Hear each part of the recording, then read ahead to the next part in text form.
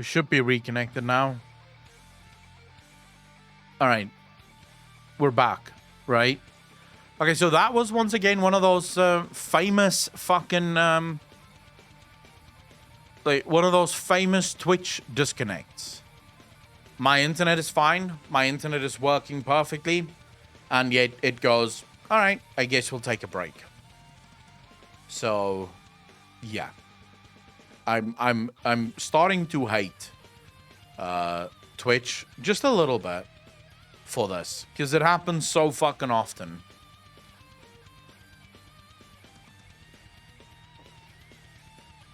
No, this is just Twitch being Twitch. I don't think this is Blizzard trying to DDoS me. I don't think I'm big enough for Blizzard to DDoS me. Wait, it's happening to Liquid and Echo as well today? It's been happening for a long time now on Twitch. I can't wait for Wrath of Lich Classic. FF14 combat is slow in the early levels because it's a JRPG and the game dispenses abilities one at a time to teach you your class as you progress. Look, even at max level, a lot of people are not going to like the combat of Final Fantasy XIV. But as I said, as I was starting to fucking say, because before Twitch interrupted me so rudely, I prefer well thought out, planned combat versus reactionary combat. In World of Warcraft, more often than not, you are reacting to things that is happening. In Final Fantasy, you are planning for things to happen. So you know that when I press this button, I'm going to have to press this button. You know that if I'm going to get locked into this, I'm not going to be able to do that. So you are pre-planning a lot of what you're about to do. You also have to plan the boss abilities around what you need to do. And I actually prefer that as a general rule. That is the sort of combat that I'm far more interested in. World of Warcraft combat definitely is... the one thing I will give World of Warcraft over Final Fantasy XIV is gameplay. The gameplay is a hell of a lot smoother. There's very few games in the world that actually has the smoothness that World of Warcraft has, and that is true. But I don't think... once you're used to the playstyle of Final Fantasy XIV, it doesn't even matter. You know? It really doesn't matter. You get used to it so fast that where I am now, I genuinely don't give a fuck. Like, the combat is fine. The fights are hard enough. They're interesting enough. I enjoy my class a lot. So it's sort of like, well, if it works, it works, you know? Why change it?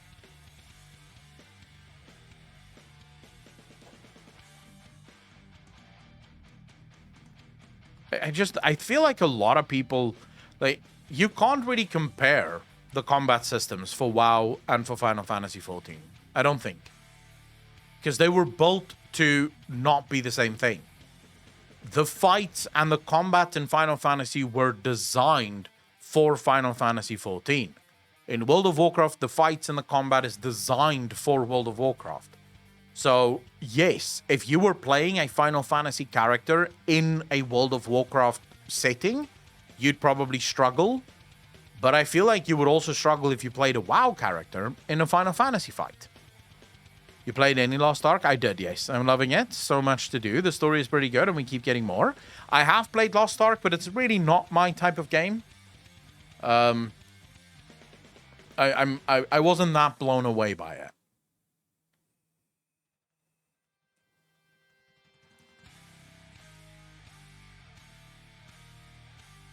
Dude, I've learned... I don't know. I've learned so much about myself since I started streaming video games that... yeah, there's just certain games that I wouldn't really take up. I don't get the joke. The Lost Ark story is trash. Jeff Matt, for some people, the story is great. I tend to... like, there are definitely... Look, the story for Lost Ark is very generic. It is the sort of generic ARPG story. You know, bad guys do bad things, you stop bad guys. That's it. There's no real depth to the story, but then again, no one plays an ARPG for depth of story. People play ARPGs because they want to weave abilities and they want to challenge themselves, right? I would say the Lost Ark story is an easy A. As far as stories go, it's an easy A. It's not S tier, it's not S plus, but it's A. It's fine. It does the job of what it needs to do. So for that, in that regard, I don't have a problem with that.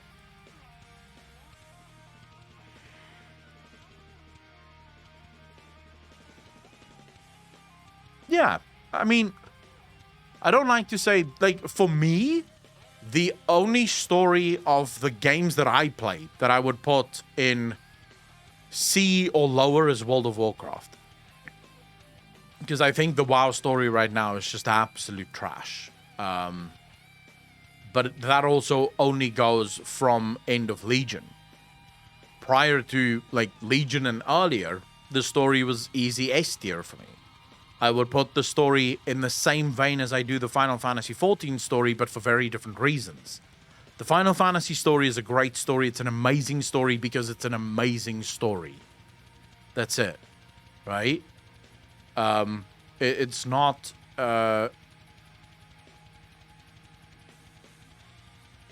Boku? You want to spoil your sense of taste? What is it?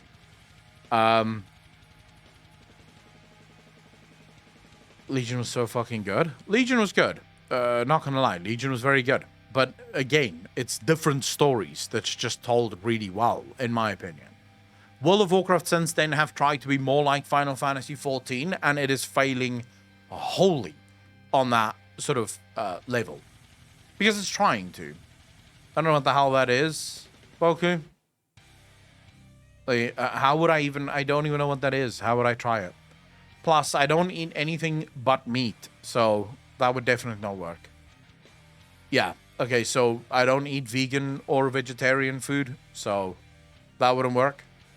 Didn't you say at some point that you know what the cut content for SL was? Yes, I do know what the cut content for SL was. So there was supposed to be a hell of a story involving Odin. There was actually supposed to be a massive story involving Odin. The story for Helia was... Odin, by the way, was supposed to be his own patch. His own patch. Odin was supposed to be his own patch. They were thinking about making Odin's patch and Galakrond's patch the same.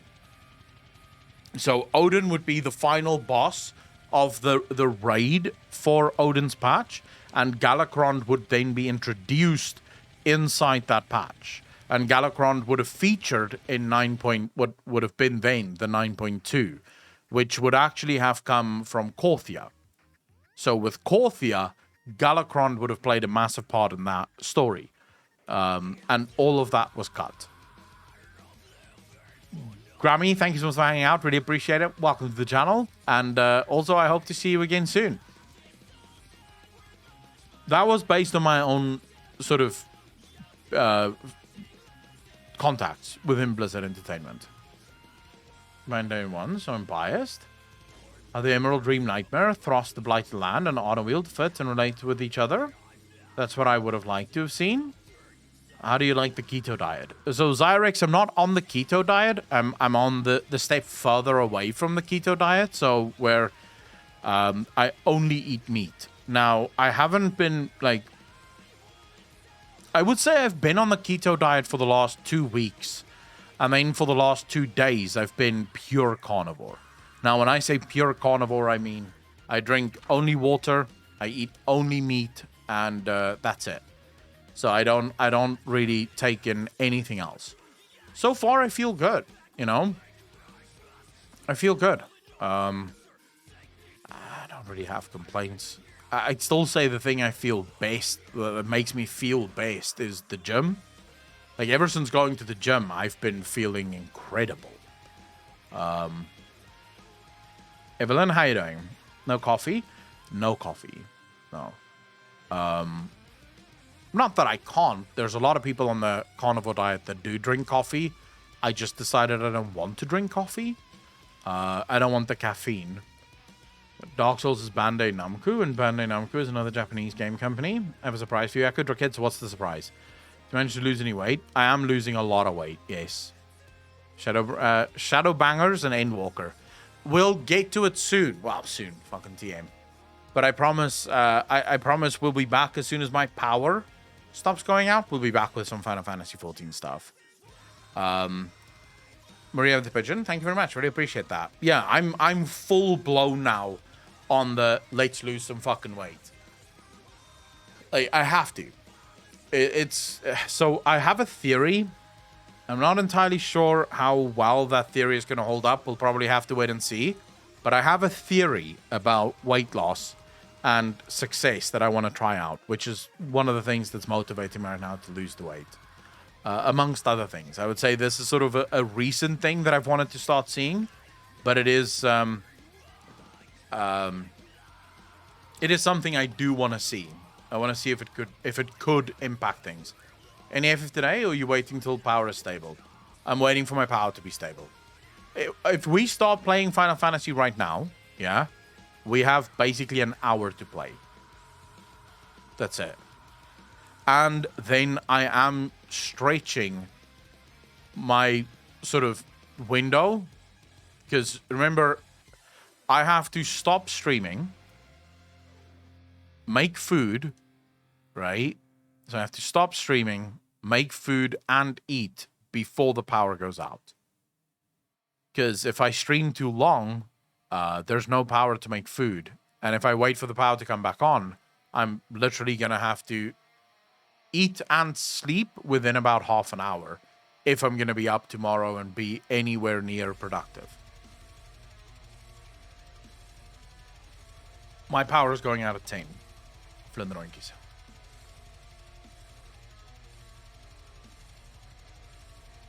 Wish you could do carnivore, ketosis thing, but I love pizza and sugar and all that shit. Teslo, you'll be surprised how shit it makes you feel once you're off that crap. We should be back to it next week. And next week, I promise we'll go hardcore as fuck. Yes, it's 8 for me now. So I know that this isn't optimal. I know that we should actually be streaming for a good 3-4 hours. But, well, actually not even 3-4 hours. We should be streaming for at least 6, 7, 8 hours, which is what we usually do. But, sadly, my government doesn't want me to. They still want my taxes, though, at the end of every fucking month. For some reason, they didn't go, well, you know, since you can't work as much as often as possible, you know, we'll give you a cut on the taxes. No. They still want my taxes, but they also don't want me to really work. Aries Raid, how you doing? First of all, was a damn good story. Wow, lost me and it jumped the shark when they go, oh, there is this big bad now, an even bigger bad. And then the even bigger bad. And how they screwed over N'Zoth. 14 just has a better story overall, and even the job story quests are engaging and adds more to the overarching story. So very true, Irish. So very fucking true. Just have no self-control. To be honest, it really also depends on your lifestyle. For me, keto is better because I'm like average active, so using fat for energy helps me. I've lost 30 pounds, I think. Lost 30 kgs in the last 6 months with half keto, half detox diet. Really happy with my progress. So, I'm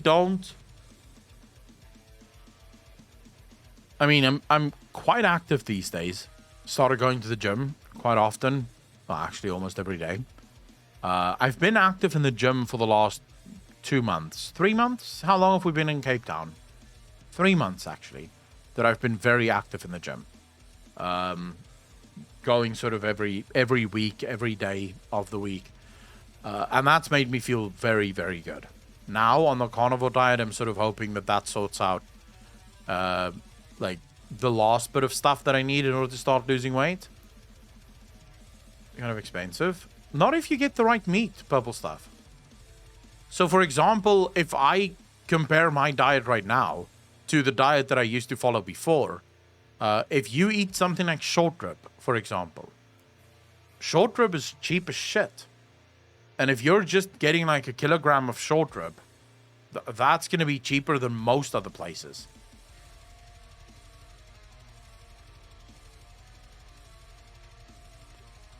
World of Warcraft used to work when the big bad was Sargeras, and everything was sort of connected to that one big bad. Ever since then, like, you had Sargeras as the big bad, you had the old gods of big bads, and everything else was sort of the result of that. Nowadays, it's kind of like Blizzard wants to overthrow you with the amount of bad guys that they have in the game, and it gets really annoying. There's just so many bad guys in the game. It doesn't need that many bad guys. If you look at Final Fantasy XIV, the way that they approach their bad guys, you have the Ashians, that is bad, right? They're like I would say the penultimate bad guy. You have the Primals, that is bad, and they're another staple. You have Golemold, that is bad, and they're another staple. Now, one of the things, I don't know if there's more that's introduced later. These are the only ones that I know about right now. But the way they do it is because you have these three big bad guys, and all three of these bad guys were introduced in the first base game. You have the opportunity to build all three of these big bad guys into an eventual great villain. When we first learned about the Ashians, we knew almost nothing about them. When we first learned about Golemold, we knew almost nothing about them. The Primals was really the first threat that was introduced that was also investigated. But since then, we've learned so much more about them. And those three bad guys lead to almost every other smaller bad guy that is introduced in the game. All of those bad guys that is introduced can be tied back to one of the three main bad guys. This allows the audience to feel grounded in what they know. When you just throw bad guys at the audience and the audience defeats bad guys consistently, there's nothing to ground the audience in the story that you're telling, which ultimately leads to the audience just going, well, okay, so bad guy, we kill bad guy, more bad guy, kill bad guy, more bad guy, kill bad guy, more bad guy. So it's just consistently bad guys all the way down, which is never a good way to tell a story, in my opinion. Ferrerotti, is the stream down for people?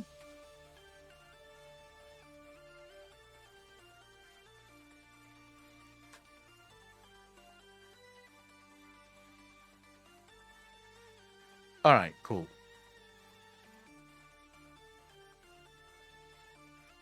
All right, that's cool.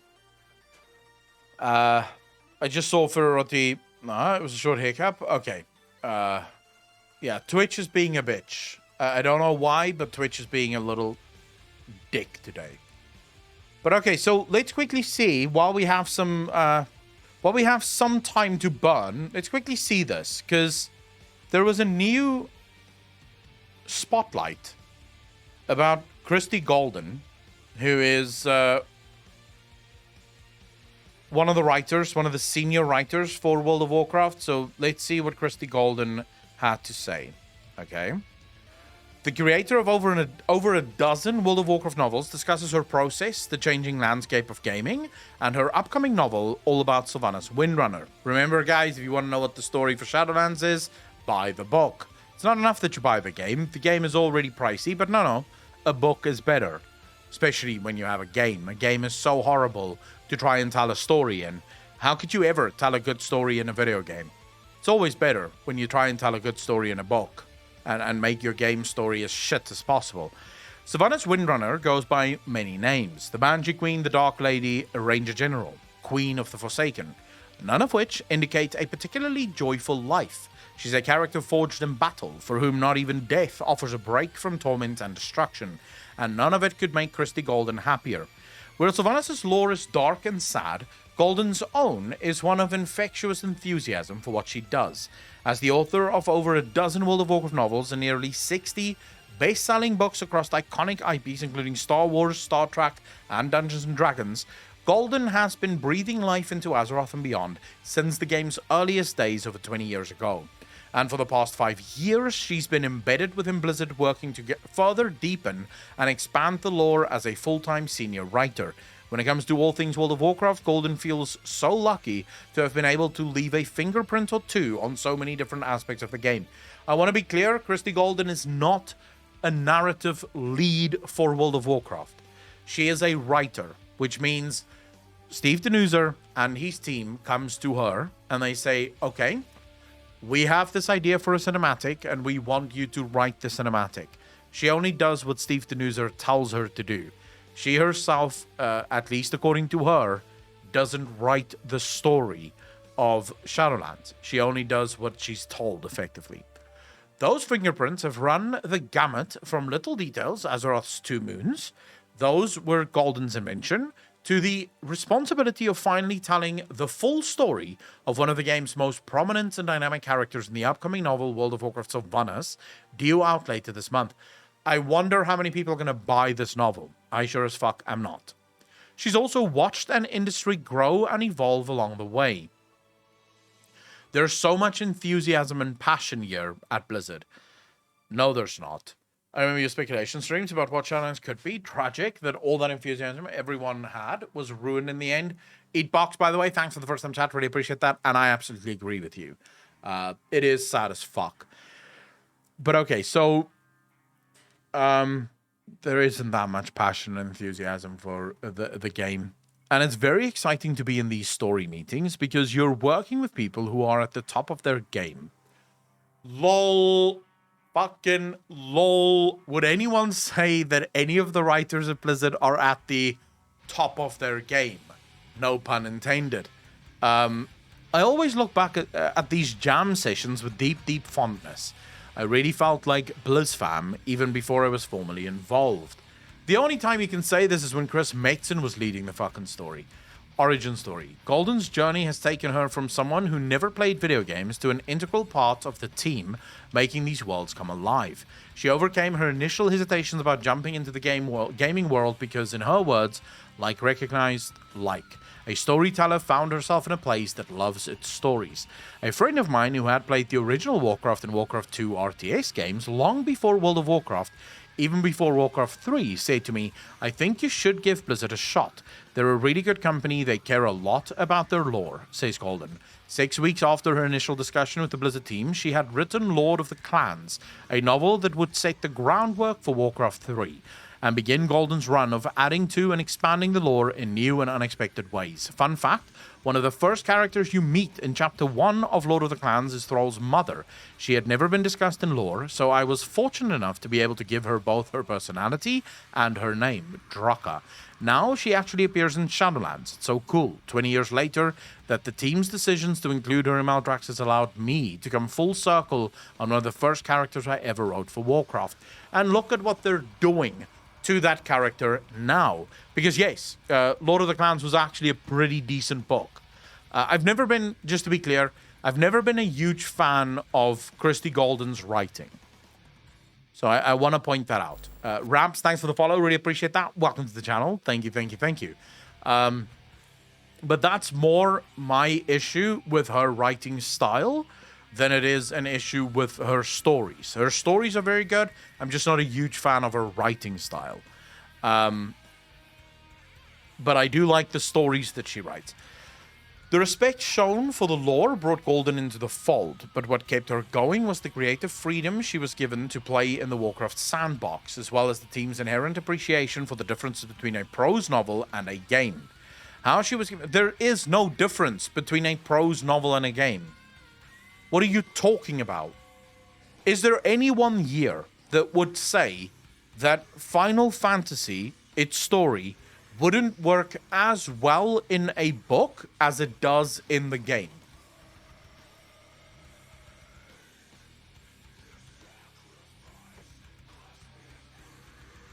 Like, imagine if Final Fantasy's story was told in a book. Would it still not be absolutely phenomenal?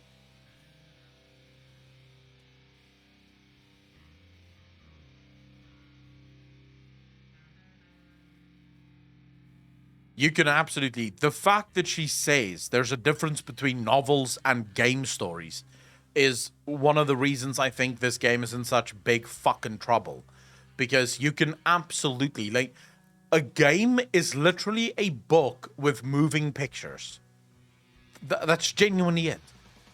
a game, so movies is sort of weak versions of books because you have limited amounts of time to tell massive stories. And there's certain things that you can't really do in a movie that you can do in a book.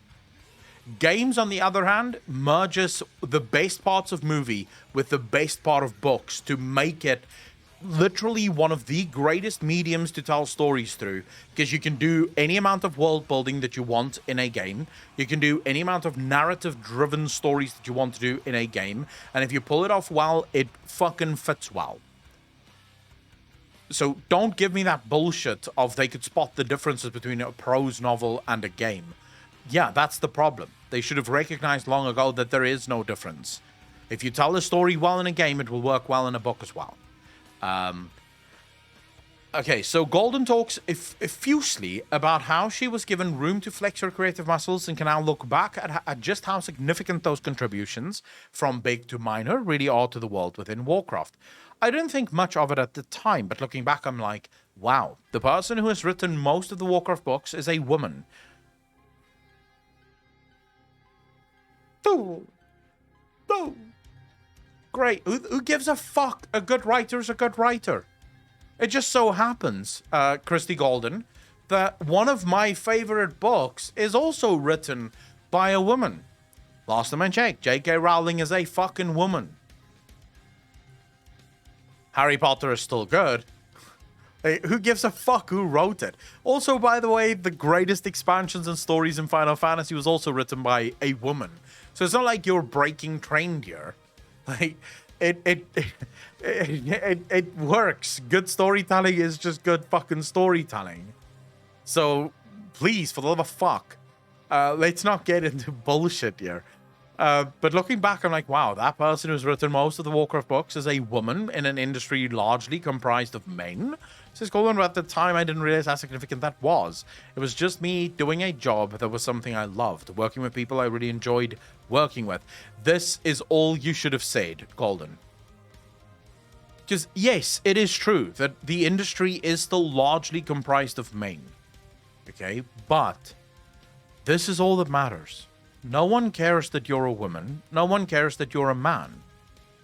Some of my favorite games, I couldn't even tell you who fucking made those games.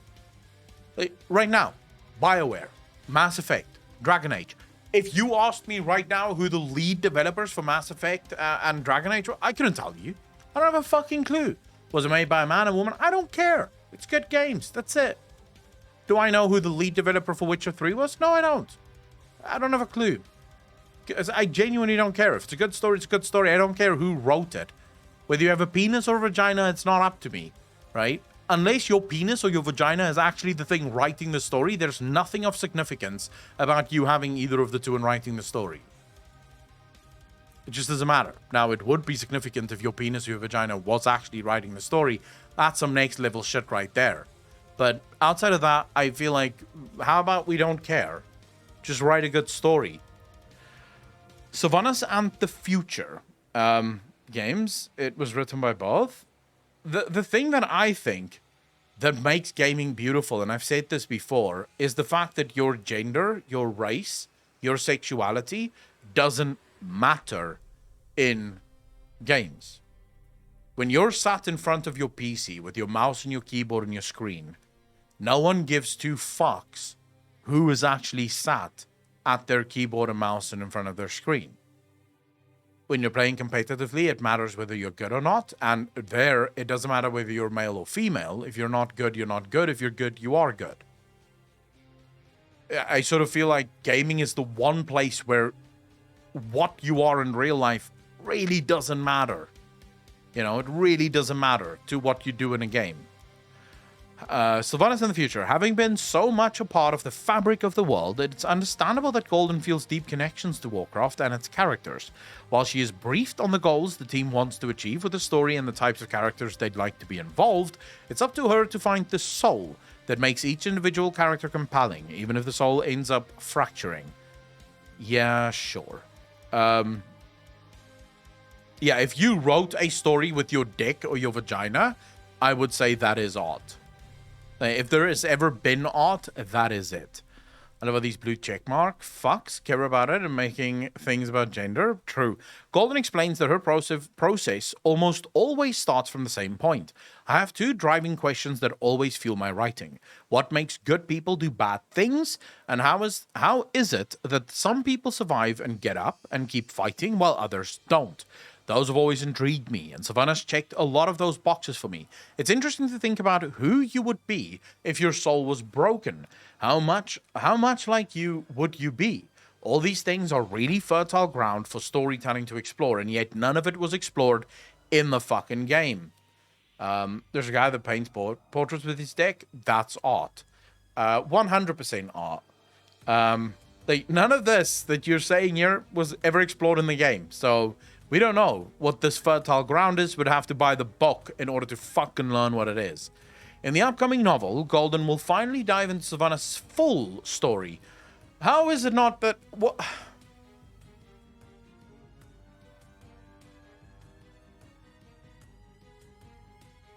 You made us buy the game. You made us pay monthly for the game. And yet, if we want to get the full story of Sylvanas Windrunner, literally the person that the last 3 expansions was fucking about, right?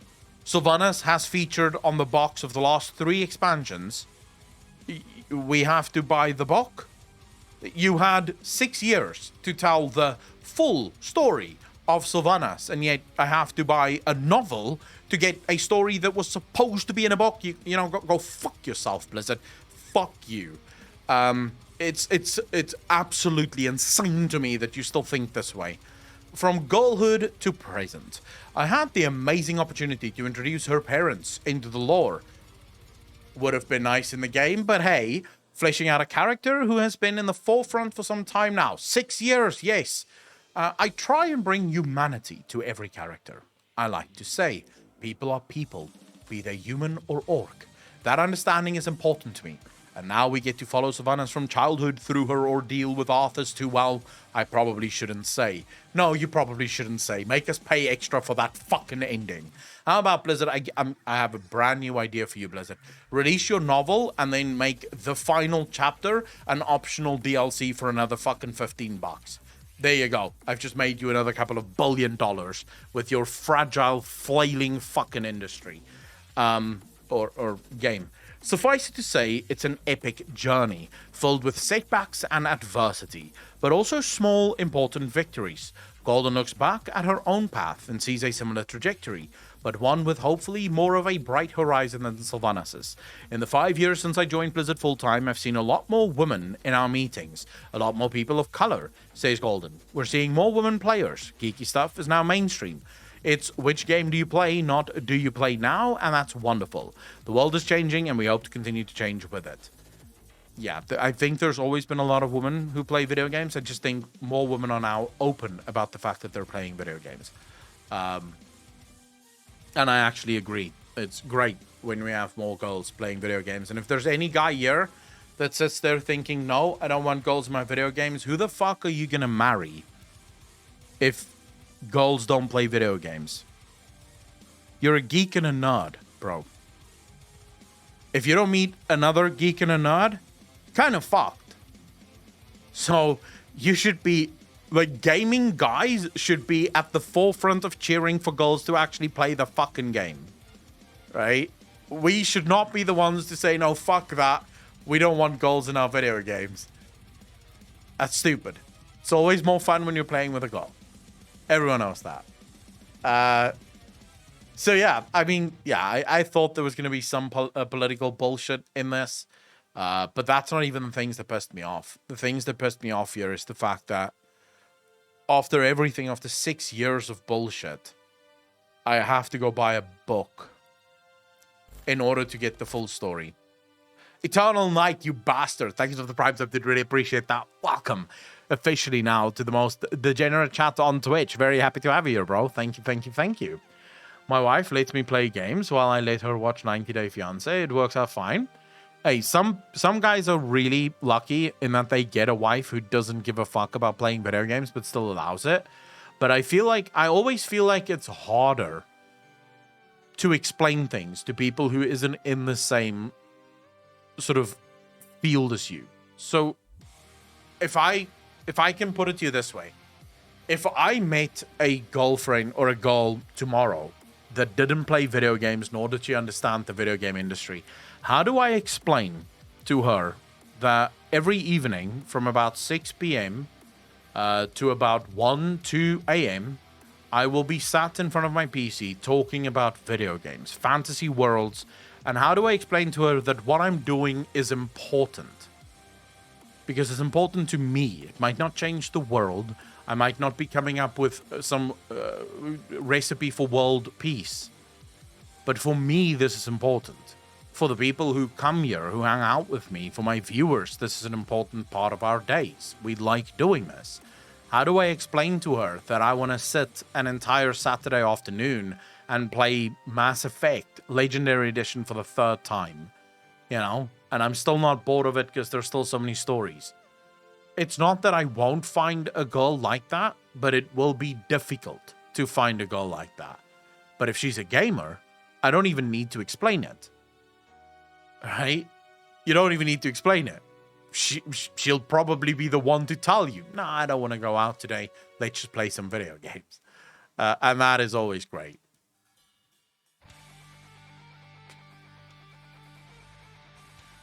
Yeah, if she's a reader, that might help as well. But these days, who reads?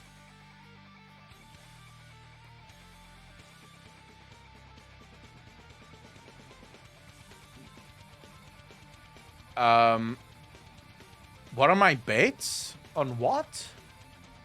It's on what will Sylvanas end up doing? Reuniting with Al? Still Queen of the Forsaken? I don't know, Ferrotti. I genuinely don't know.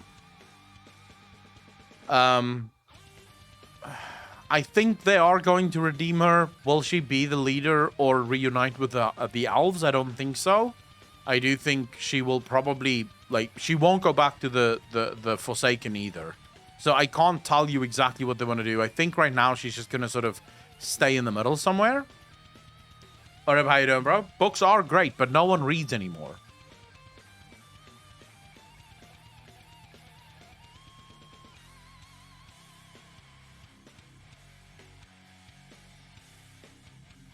Oh, yeah.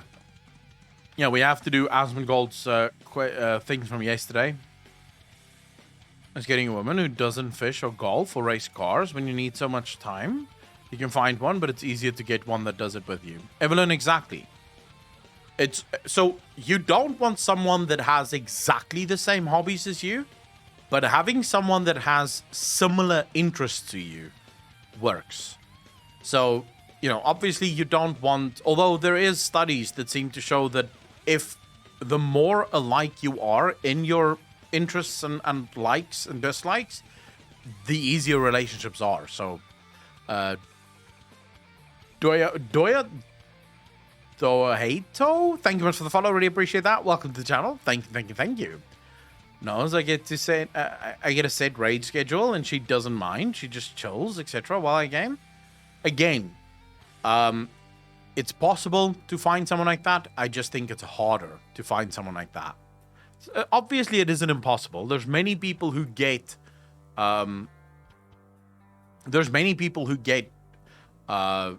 girlfriends who don't actually play games at all, and girls who get boyfriends who don't play games at all, and they sort of get along, you know, swimmingly. But I do think you make it a bit harder for yourself. Let's put it that way. Oh yeah, my PlayStation also just literally a Netflix machine at this point. Okay, so where is that? Let's see. There's a video that people wanted me to react to. It is the it's Asmongold's. Can someone link me the Asmongold video again?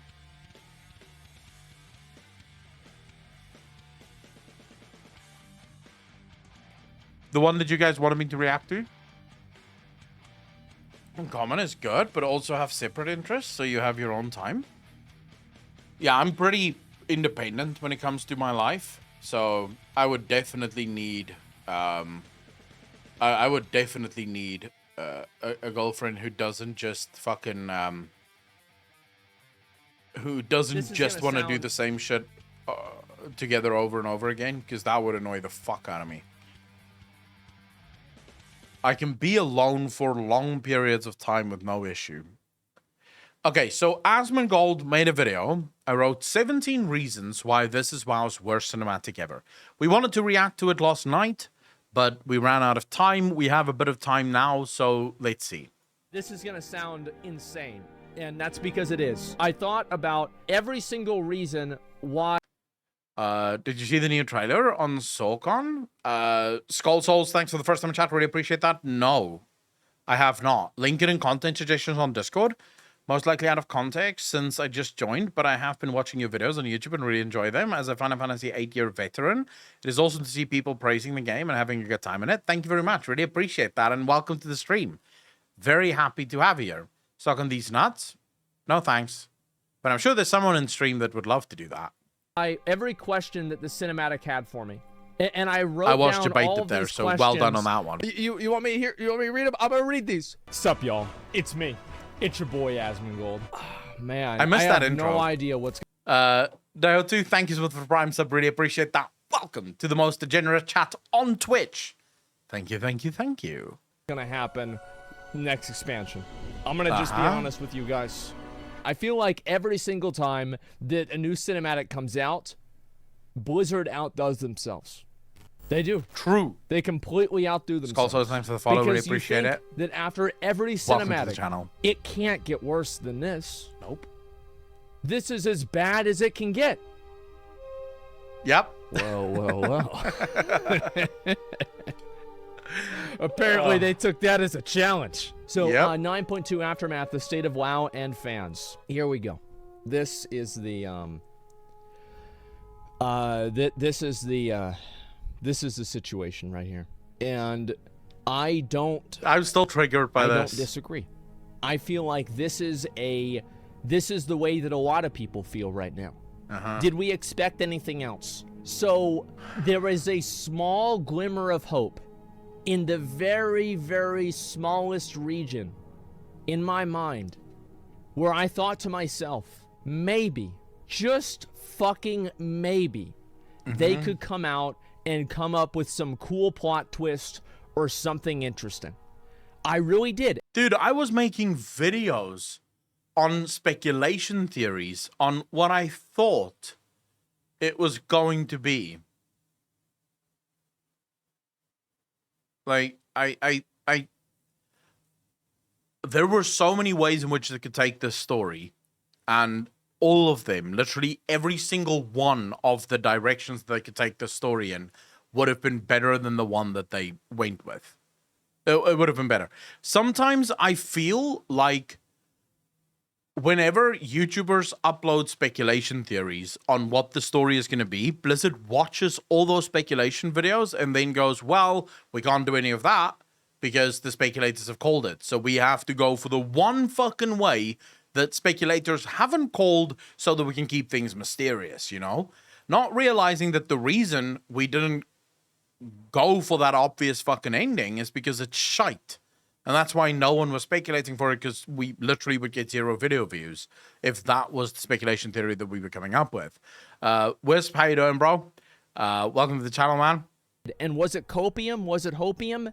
Yes. Yes. It was 100%, because I thought there's no way this was all for nothing. There's no way that it's all going to come down and none of it's going to matter. How could this happen? How could this possibly happen? True. And then it did. And that's about exactly how I feel. Right there. Hopium, we still have campaign champions. Wait, so they copied that picture? I wouldn't be surprised if there was probably somebody at Blizzard that made that connection, and they made it even more like that because of the connection. I don't even really think that's a bad thing. So at least they broke the cycle of good expansion and bad expansion. Yeah.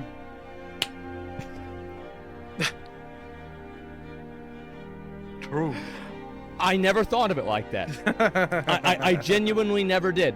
Holy shit. Yeah. Oh my god. Fuck. They did break the cycle. Wow. And the thing is, like, look, here's the way I see about it. Is that everybody said that this is gonna sound kind of bad, all right? But everybody said that 10.0 was going to be Steve Denuser's baby. They said it was going to be the writing team is going to... Bull fucking shit. 10.0 is going to be Steve Denuser's baby. It's going to tank. This was his baby. Anyone who sits there and fucking pretends like Steve Denuser had nothing to do with this story and that Steve Denuser literally didn't have anything to do with 9 point fucking whatever, right? From 9.0, I can guarantee you that most of it was his baby and he couldn't save it then. What makes you think he's going to be able to save it now? Why is he suddenly in 10.0 going to be, oh my God, now I can start writing a good story? Like, no, sorry, but you had your chance and you blew it. Why is it going to be better next time around? completely have the next expansion. Listen, if the next expansion is going to be the writing team's baby, I want an abortion. This is embarrassing.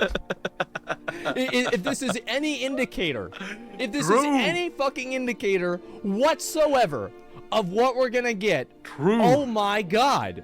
I don't even know what to say. It's insane for me to see this. Agreed. And are you pregnant? Yeah, this team is 0-2. Metzen's last project was in Legion. Well, the thing is with Metzen is like, with like Sargeras and Warcraft 2, Warcraft 3, there weren't really a lot of like complex storylines. If you go back and you look at the characters, many of them were actually pretty fucking simple. Yeah, but okay, there is a reason for that, and I don't know if Asmongold is going to talk about this, but there is a reason, and we spoke about this sort of briefly yesterday, and I'm about to make a video on it tomorrow if my power allows.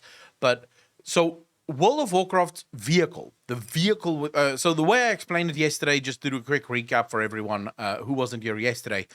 Let's imagine that you and I, chat, we have a car manufacturer, yeah, and we build a car. Our car is built to the specifications and safety regulations to go 150 kilometers per hour, right? That's what it's built for. It can go top speed 150 kilometers per hour. Now we get a third partner in, and this third partner goes, hey, why don't we build a car that can go 200 kilometers per hour? And we go, all right, that's great. And the third partner goes, well, I don't want to spend any extra money. Let's just put a bigger engine into this car, and that's going to make it go 200 kilometers per hour. Well, the problem with that is the car was never built to go 200 kilometers per hour. So at 200 kilometers per hour, the wheels are going to come off. You're probably going to have a lot of instability issues, and it's going to become a death trap, right? Because you've literally taken something that the car can't handle, and you forced it into it. World of Warcraft, in its purest form. So if we go back to the earliest days of World of Warcraft, the format for World of Warcraft, from its quest design to its narrative design, to the story and the world and the gameplay, lends itself to extremely simplistic stories. That's the only way you can do stories in World of Warcraft, is by keeping it very simplistic. Most of the bad guys in World of Warcraft were very binary, good versus bad. There wasn't really a lot of depth. The way World of Warcraft made up for this sort of, shall we say, limitation of the way that they did story in World of Warcraft was by releasing very high definition long cinematics or novels. So they kept most of the story out of the game and they released the stories inside novels. So if you wanted the full narrative driven direction based World of Warcraft, you would buy the box. For everything else, you could get sort of a broad strokes of what the story is by playing the video game. Since Denuser took over, the dude has this dream of being this incredibly complex, mysterious, narrative-driven writer. He wants to basically be Final Fantasy of the World of Warcraft IP. With one issue. They never actually sat down with the world designers, the quest designers, or anyone else and said, hey, if we're going to tell a story that is incredibly complex, we're probably going to have to change the way we do quests. We're probably going to have to change the way we do quest text. We're probably going to have to introduce some kind of narrative within World of Warcraft, some dialogue system within World of Warcraft. We're going to have to rely much heavier on cutscenes, that is dialogue-only cutscenes, because that's the only way we can really tell the story. We can't really tell the story with what we have right now. No, they tried to tell this incredibly complex story by basically utilizing this much text box for every single quest, and then half of that text box is basically just repeating the the objectives of the quest, and the first half is sort of like a quick overview of what you're doing here. You cannot do that. That is not how stories are supposed to function. If you want to make stories complex, you cannot have that vehicle try and tell the story. That is the problem that World of Warcraft is in. And that you could say, but Akalon, doesn't that mean that Steve Denuser is actually a good writer? He just doesn't have a good vehicle to tell the story in? No. Because a great writer recognizes the vehicle for which he is writing. If you're writing a novel, right, but your novel is never going to be a novel, it's going to be a television series, you are fucked. Because people are going to stop watching in the first episode. Take Lord of the Rings, for example. If you were to turn the whole of the Lord of the Rings into a series, and you included every single page that was written by Tolkien, people wouldn't watch past the first episode. Because the first chapters of Tolkien's books deals with culture, background, language, individual things that has nothing to do with the major storyline. So a good writer recognizes the vehicle through which the vehicle at their disposal to tell the story, and then utilizes that vehicle to tell the story in the best way. Denuser doesn't have a fucking clue. There was like a couple of like character shifts, like with Sylvanas, with Arthas, etc. But for the most part, everything was it's just Pulp Fiction, right? It's cut and dry. It's simple, it's clean, and it's just you're using existing narratives that people have used for fucking years and years and years, and you're just putting them into the game, right? And it was just a strategy game. Yeah, nothing wrong with simple. Yeah, it was mainly the gameplay that people cared about. Like the story was always like a secondary thing, and so that's the way. I would say it wasn't even the gameplay. It was the world that people cared about. The initial World of Warcraft, it was the world and the people within the world that it sort of goes back to what Blizzard initially wanted their story to be. The players is the story. That's what made World of Warcraft so incredibly well received. You, the player, is the story. The other players that you play with is the story. The world really was just the theme park, the backdrop to which we played these individual stories. The way I feel about it. Everyone's reaction at the end of Shadowlands? Yeah, exactly. That's the way I feel about it too. Right? Most of it was in an instruction booklet? Yeah, I think so. So let's look at the rest of this stuff. And I saw that I think Preach had a video about the cinematic too. And you know what I did last night? This is going to sound insane. And that's because it is. But I was laying in bed and I went all the way down and I thought about every single reason why, every question that the cinematic had for me. And I wrote down all of these questions just so I could keep it in mind. Yeah, because it's just like let me read some of these. You want me to hear? You want me to read them? I'm gonna read these. Why didn't the jailer tell them why the cosmos needed to be united? What about the red soul that hit the Arbiter? Why is Zoval a robot? Are the other Titans robots? All right, so all of this, he's going very fast with this, but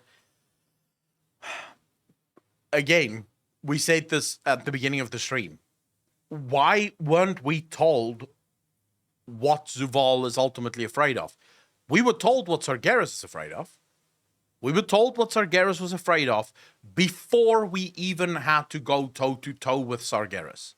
We knew that Sargeras was afraid of the Void Lords. There were certain things about Sargeras that wasn't known, like the Zoval connection to Sargeras, but we at least knew what it was that Sargeras was afraid of. With Zoval, we were told that he sort of wanted to undo the universe, but never given a reason for why he wishes to unmake the entire universe. Why didn't Sylvanas know about the cosmos level threats? Why did Zoval's life flash before his eyes and his memory of Denathrius was condemning him, but they worked together? Why didn't any of the other Eternals try to tell us what Zoval was trying to do? If Zoval was working with the Dread... Consider the fact that cinematic showed what it showed. I don't even think they fucking stopped to ask. Dreadlords, why did the Dreadlords lead Sargeras into a loss when their interests seemed to align? Where are the first ones? Where is Elune? She's obviously an automaton too, if the Winter Queen refers to her as her sister. Yep. Why did the jailer not tell players what his goals are with the cosmos? I will say, It's frustrating because you have this bad guy that seemingly could change everything by, simply telling people what he wants to do, and yet the bad guy refuses to tell people what he wants to do, and so people need to fight the bad guy, and all the bad guy needs to do is tell people why they want to fucking do the bad thing that they think they want to do. I swear to God, they follow my comments. If I could write a list of shit I've said, they seem to skirt around, you shit. How the fuck could a raid of players beat the Jailer? With Argus, we were empowered by the other Titans. But with the Jailer, we just beat him. Yep. Just want to say, the Jailer was supposed to be Titan ++. And we, just killed him? How the fuck, what? How the fuck? Oh, that's that one. Why is he called the Jailer if he's the one in jail? Why didn't the first ones just turn him off? Why did the residents of Oribos accept the current defective Arbiter, but not Zoval? Why did they trust in the current Arbiter's purpose, but not Zoval's purpose? Yep. Who ruled over the Maw when the Jailer was the Arbiter? Oh my God. You know what I mean? Like, this is, it's insane. Like, how are there this many of these that are in the game? It's just nuts. And so, yeah, you have to pay for the book. Yeah, and then the book is going to probably be worse. How fucking sad, man. Yeah, I know. Why and how he turned into a doll? I don't know how he got. I don't know how. I feel like all of the Eternals are robots or automatons, basically. That's what it is. Tweet it. The thing is, like, I don't. So I agree with all of the questions that Asmongold is raising here, because those are questions that we genuinely can't answer. You can answer it with like 5-8 speculation theories, no problem. But you can't answer them honestly with full-blown facts. And considering that this is the end of his story, remember, Denuser did make it clear that this is the end. There is no more. This is the final chapter of the final segment of the first chapter of World of Warcraft, and the next chapter starts with the next expansion. It's kind of like, wait, so we're never gonna get the answers to any of this? It's just always gonna be a fucking mystery? How many books are they gonna milk out of this, though? I feel like I made a tweet about this, and you always have people that, like, these are the WoW fans, and these people are ride or die, and they've been dying a whole lot lately. And these people are like, wow, another negative tweet about World of Warcraft. The cinematic was good. Why can't you just say the cinematic was good? It was good. It was a cinematic. Did you see it played, the cinematic, and then the Jailer died? Yeah. What do you want? I mean, we got a cinematic. How can you complain about it if we just got a cinematic? Super Farky, thank you so much for the follow. Really appreciate that. Welcome to the channel. Thank you. As for gold, 70 book ideas for Blizzard. Probably. That's the news are catering to the speculation community, though. Enough info that you can say with 90% surety, but no explicit text scrolls of confirmation outside of the box anyways. But their books also no longer give confirmation, because they claim they no longer want to tell the story through the books. If they're not going to tell the story through the book, I don't know where the fuck they're going to tell the story. How does that make any sense? And that's how they think. It's crazy. So I want to go over, and I'm going to look at Preach's reaction to this in a minute. And so let's look at this here. And I'm laughing my head off at the remaining WoW fans. Just learn to call it quits. The thing is, like, I don't really care about the story that much, but I feel like the story is, like, whenever it's bad, it's like 20% of the reason why WoW is bad, and whenever it's good, it's only like 5% of the reason why WoW is good. Like, it's not really a big deal, and I feel like there's a pretty low bar to being good story. You ate shit, why are you complaining about your food? You just ate? Well, the thing is, to me, right? Yeah, why are you complaining about your food? You just got food, yeah. yeah, there it is. You had to eat shit, yeah, but you got food, didn't you? Duh. Yeah, 20 years for this, guys. That's what it was. And then I read the book, and I wish I could unread them. Yeah, I read the books whenever I was a lot younger. I thought they were okay. As someone who lived in a society once said, you get what you fucking deserve. The thing that pisses me off about the ending cinematic is that we still don't know anything about the Jailer's motivation. True. Yes. I said this. So that's right. And you never will. You think that like, oh, it will all be revealed. Everything will be explained. It won't. Like, just get that out of your head right now. Because in order for it to be explained, that would mean that Blizzard, because here's the good thing about the way that Blizzard does things. If you never explain anything, you can basically have retconning that happens behind the scenes. Because the players don't know why things are happening. So someone in chat said earlier that you think you think the newser just sort of lost interest in the story. The thing that I have a problem with that, because I feel the same way. It feels like the newser just reached the point where he was like, okay, no more. I'm done with this. I just want this story to end so that I can start telling my own stories. My problem that I have with that is it was never your story to begin with. You didn't have the fucking right to get tired with this story. This is our story. This is our fucking story. No one gave you the right to take our stories of over 2 decades of story and just ruin it. Because you got tired. Because you wanted to fucking write something else instead. It's like, no, you don't get to do that. You get to write the story because this is our story. So it doesn't matter what you want to do. It doesn't matter how narratively gifted you think you might be. This is a story that deserves a little more respect than what you're fucking showing it. The height of disrespect for me was the whole Arthas, the way that they handled the final moments of Arthas. That was like the peak for me. They have no idea. So what they do is they just put this stuff, they're like, yeah, this is what's kind of happening. However, they can never be wrong because they always just go back and do something different instead. Tiger so true. You see what I'm saying? This is the plan all along. Yeah. So it means they can do different stuff. I can't even put into words any of this. They killed Vol'jin for this. Yeah, we reacted to this. They scuffed the Burning Legion for this. They demonized Sylvanas for this. They made the Horde commit a genocide for this. I don't know about that one. I guess Teldrassil. Yeah, you're right. They shafted Bolvar and dissolved the Lich King entity for this. They undermined over 20 years of lore. For this. For this. Yeah. Horde does a war crime each expansion anyway? Yeah, that's because they're savages.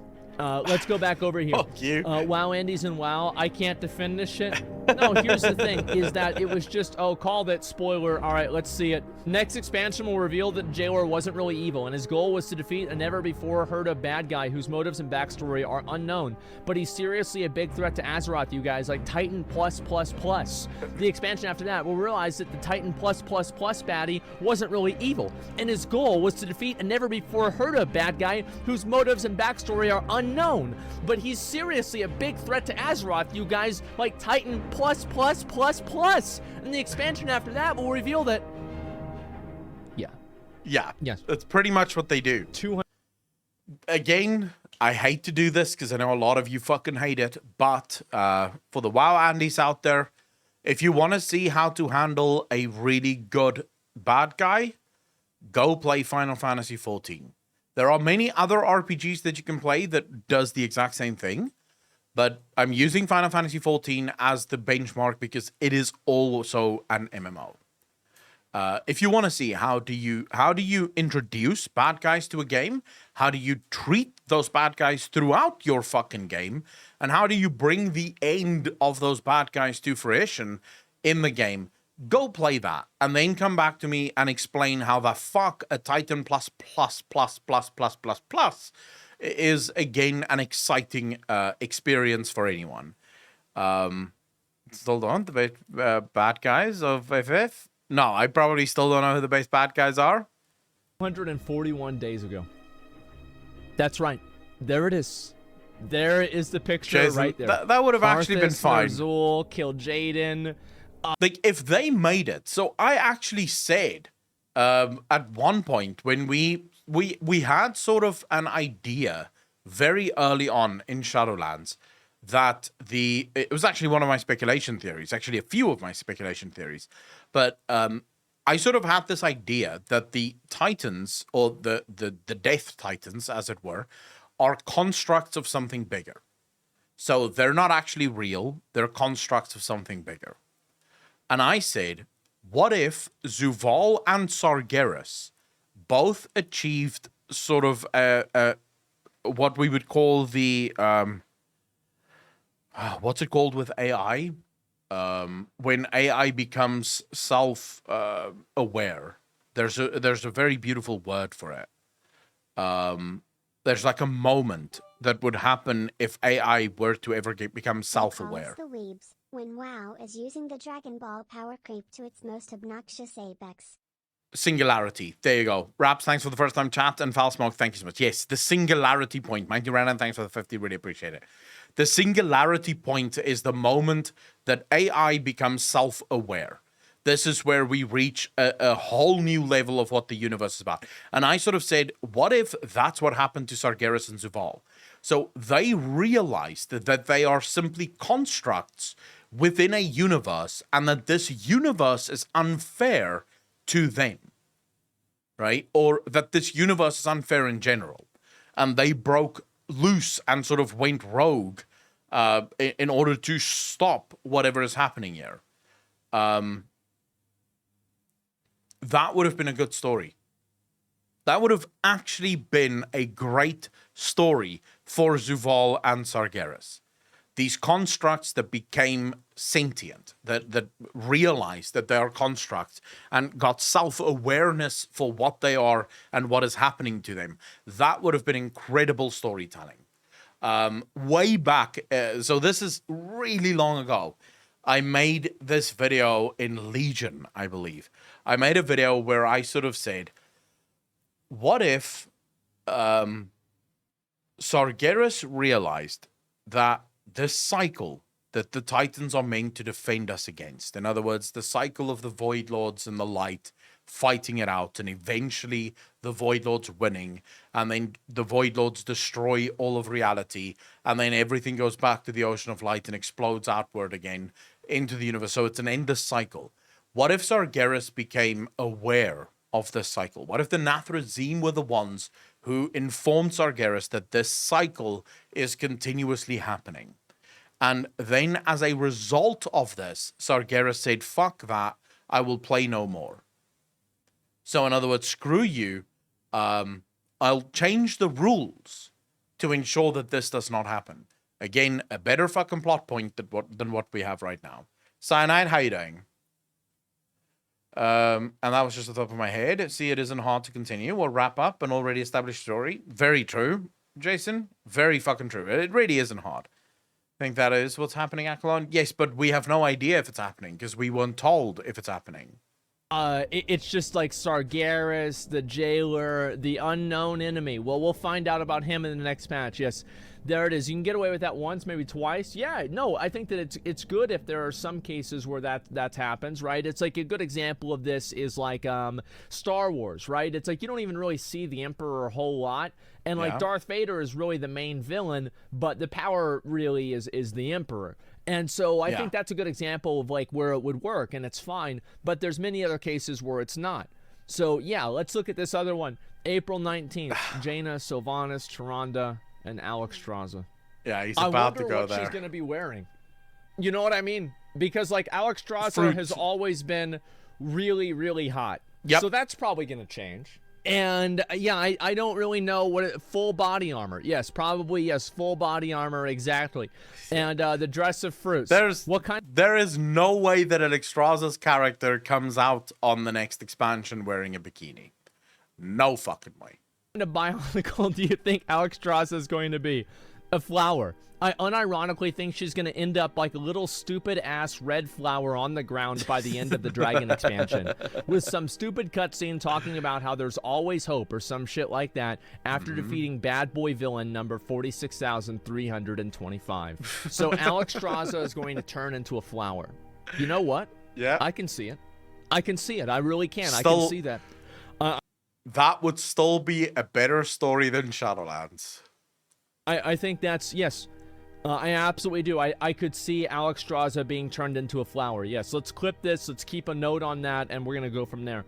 I think that in general, the way that I think the reason why Blizzard it does such a bad job at writing a lot of these female characters is because being female is the main focal point of their character.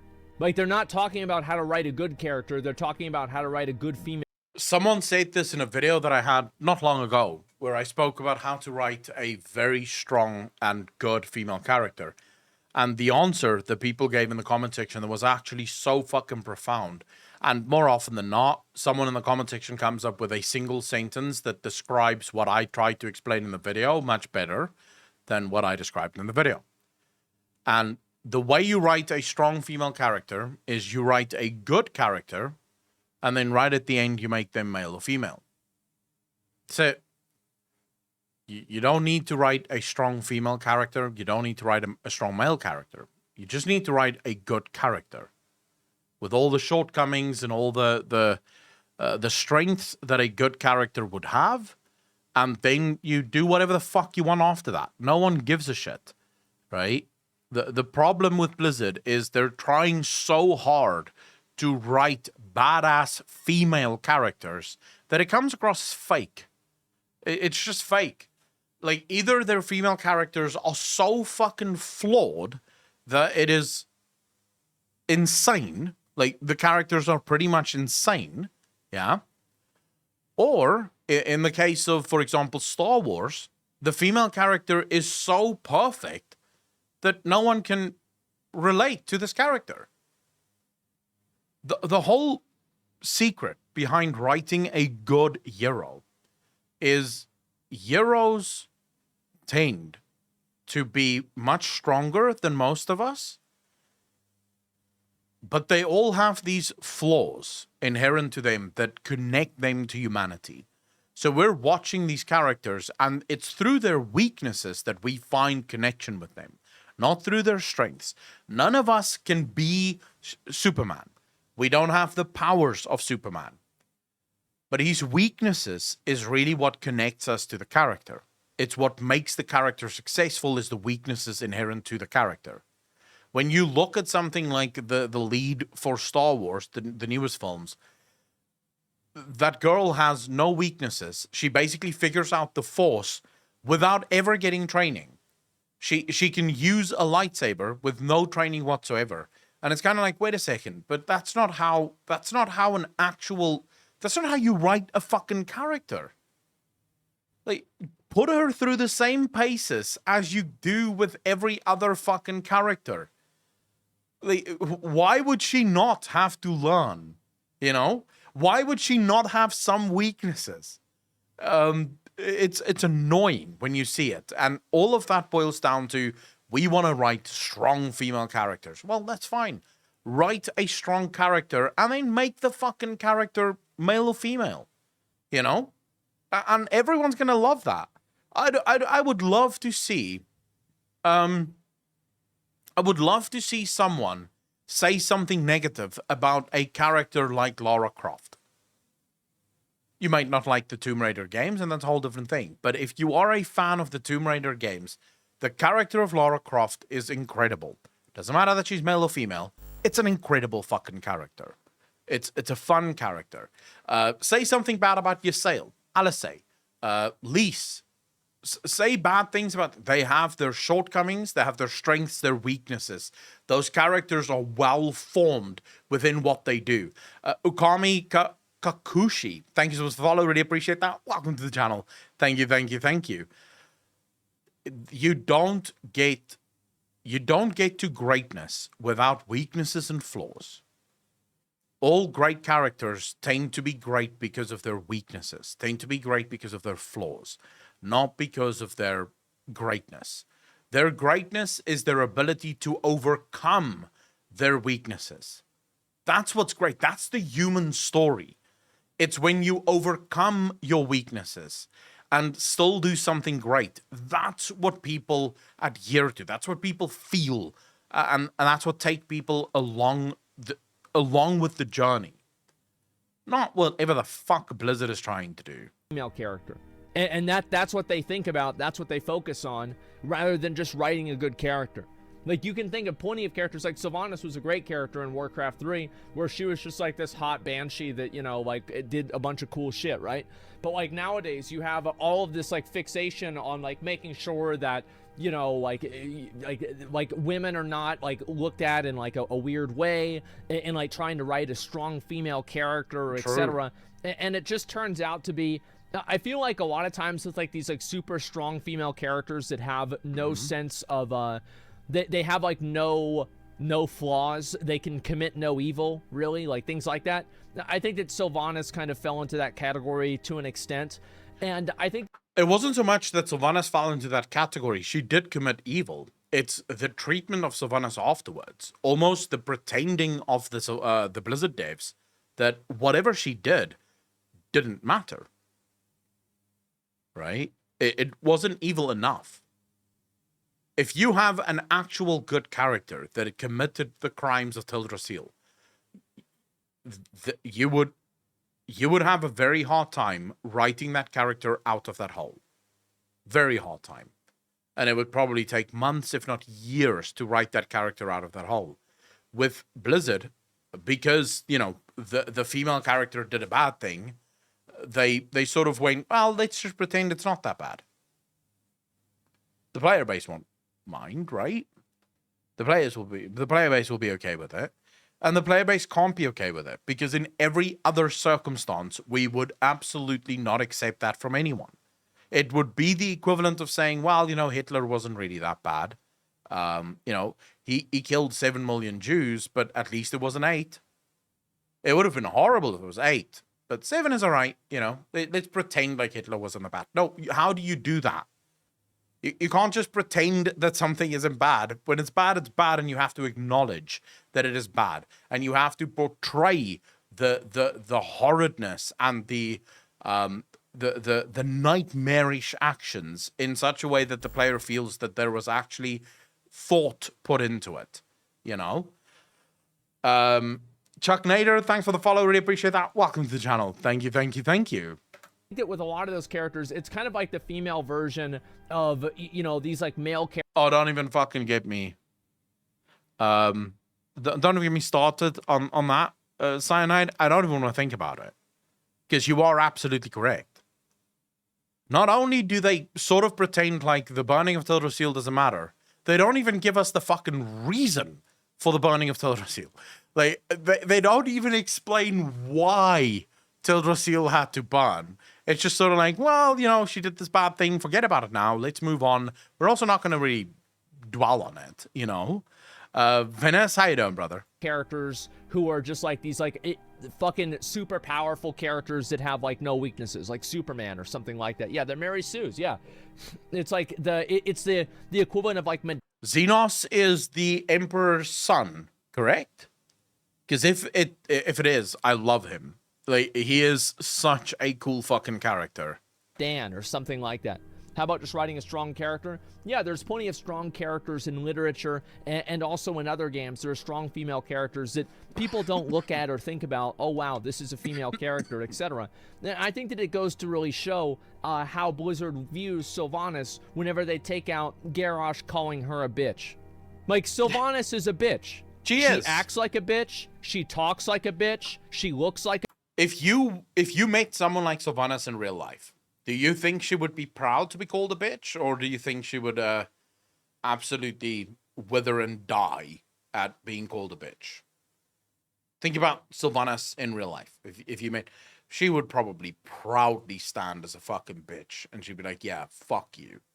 This is who I am. You can suck my dick if I had one. She would not give a fuck about being called that. And yet... they had to remove it because there were feelings that's going to get hurt. And what you don't realize is that those people on Twitter whose feelings would be hurt, those people cannot be satisfied.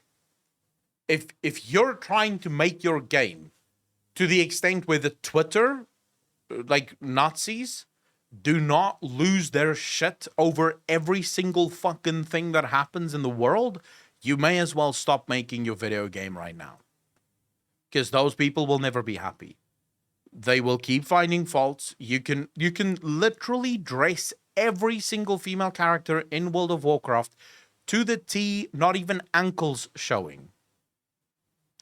And they would still find fault with it. At that point, they would go, oh my god, Blizzard doesn't want to celebrate the sexuality of women. And then Blizzard would once again go the other way, you know, showing a little bit of ankle, and they would wait again a little bit before they go, oh my god, Blizzard is just turning every female character into a sex object. And it's like, oh, well, why are you trying to appease the horrible, demented people on Twitter that really think that Twitter is real life? A bitch, she's a bitch. She is, and that's all there is to it. Like, everybody knows it. Literally, everybody knows. Garrosh just said what everybody was thinking. She's fine now. Yeah, she is really hot, and people put up with it because she's really hot. She is. Even Garrosh put up with her shit because he didn't fire her. He says, you fucking bitch. It is what it is, right? and that's it. And that's fucking. Nazgod, how you doing, bro? Thanks for the first time chat. Really appreciate that. Welcome to the channel. Thank you. Yeah, but I mean, there's genuinely people who believe that Twitter is IRL. They look at Twitter and believe that this is the real world. Fine. So don't tell Danuser about Egwene. Well, I mean, I feel like she's kind of out of the story entirely. And so that's all there is to it. So it's like the reason why I think they did that is because they are fixated on the fact that she is a female character. Yeah. It's not about her being a good character or a bad character. True. It has to do with the fact that she is a female character. Stop writing the story based around someone's gender and just write a good character, and it's not going to happen. In my opinion, do you remember what I said before? Probably alone. About how what I was really worried about at the end of Shadowlands is that they were going to write the story and it was going to just come out of nowhere. Yep. That the jailer was like trying to, it's like basically, so Steve Danuser said that, you know, he thought Game of Thrones Season 8 was really good. Yeah. And whenever I saw that, I said, well, yeah, it would have been really good if it was Season 9 or Season 10. But it happened too early, and there wasn't enough build up to it. Like, if every single thing in Game of Thrones had happened the exact same way, and there had just been more build up to it, everything would have been totally fucking fine. So he said Season 8 was good, and I think that this is another indicator that I was right. Is that what they tried to do is they tried to pull some kind of last minute fucking, oh wait, but just wait a second, it's different. And that's what it was. And they did the exact same thing. He tried to have like a you know, basically like a twist in the story, but this isn't an M. Night Shyamalan The Sixth Sense, The Village twist. It's just like, surprise, here's the thing that there was no fucking lead up to, and a twist only works when the breadcrumbs for the twist was available and there, just well hidden, right? So that's when twists work, because you sort of introduce breadcrumbs throughout the story that leads the viewer, the audience, sort of for a moment, the audience leads into that possibility. And then you take the story away again. And then you do another breadcrumb and you take the story away again. And another breadcrumb and you take the story away. So by the time you get to the massive twist, the audience isn't left with whiplash. The audience sort of goes, oh my God. Yeah, I see it now. Oh my God, that makes so much sense. Think about every single movie that you've ever watched that came with a massive twist at the end. I always love using Shutter Island as an example for this. At the end of Shutter Island, when you finally find out that basically he's been imagining this entire thing, you're not left going, what the fuck? Like, how? You see the end, and then you go, oh, of course, that's what they fucking meant. Like, of course, that's what they meant. I thought that was what they meant, but then I thought maybe not. You know, that's the perfect twist. The perfect twist is the one where you sort of go halfway through the movie, you go, I think that's what's happening here. And then as you keep watching, you go, maybe that isn't what's happening here. Oh, maybe I'm wrong. Let's just keep watching. And then at the end, you go, yeah, okay, fuck. Yeah, okay. That makes sense now. I thought this was it, but you know, I couldn't be sure. But yeah, okay, I can see how we got here. a good twist is not a twist where you are left as the audience going, I have no idea how the fuck we got from this whole movie to this. Like, how do we reach this moment? How do we get there? You were all wrong. Subverting expectations. Yes, the goal should not be to subvert expectations. I think that whenever you subvert expectations for the sake of it, you're probably just making a story that doesn't make sense. True. Like it's subverting expectations whenever George R.R. Martin does it, and it's not making sense whenever most other people do it. That's what it comes down to. Subverted expectations that it would be a good show? Yes, something like that. Absolutely. Do you think Blizzard keeps making stupid moves like this so people keep talking about the game like me and Bellior? The original Soul movie was insane. I wish they'd make good moves and then that way we'd just play it instead. I feel like that would be much more nice. Do they use professional writers to just give the devs a pen and let them spurg up?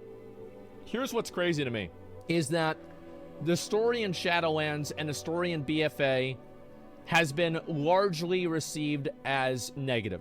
Yes. Most people that I would say in general would say that it was bad. Yeah. Like, they didn't like the way that N'Zoth happened. There was like a handful of good things. Like, I would say, like in BFA, it was like 30% good, 70% bad. In Shadowlands, it was like 10% Denathrius, 90% bad. How is it that these people are still the same people? How can you do your job? How can you fail the community for 4 years and nobody else gets hired? There's nobody else that gets brought in here. Like, how many of you guys, besides the ones of you that work at the government, can work at a job for 4 years and consistently fail? Working at Blizzard Entertainment is basically like working at the government. The worse you do your job, the more bonuses you get. Because they're the only person in this world that is lazier than a hobo is a government official or a Blizzard employee. There's only 3 things in this world that you can do where you will get paid for being completely and utterly inept and completely and utterly sort of devoid of skill. And that would be being a hobo. So you literally live on the fucking street. Yeah. Working for the government or being a Blizzard employee. Those are the only places that you can, even for a moment. Dude, don't even get me started on government. So whenever you go to any South African department, anywhere, doesn't matter what department it is, as long as it's a South African government department, here's what happens every fucking single time you go in there. So you're standing in the queue is long as shit because everything is slow, and you finally reach the front. And this genuinely happened to me when I went to renew my license. Okay? So I go to renew my license. I get to the front of the queue.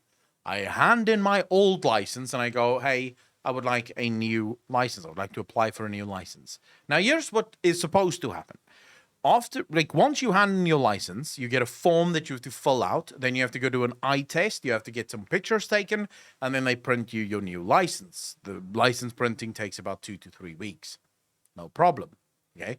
I get to the front of the queue and I go, I would like a new license. So I hand in my ID, my license, the expired one. The lady looks at the computer as if this is the first time in her fucking life that she's seen a computer. I would think that at the department that literally says license renewal, this would be a fairly bog standard request. I have a license that is expired. I would like to renew it. It says that on the fucking thing. The sign for the counter says license renewals here. That's where I am. I'm not anywhere else. I'm at this fucking department now. Yeah.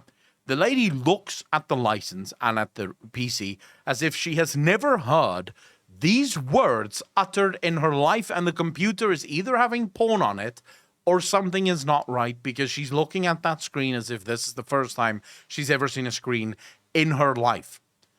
Now I'm standing there and I'm going, is something wrong? She's like, no. 10 minutes later, she's not back yet. She left somewhere, I don't know, to the land of fucking licenses or whatever, but she's left.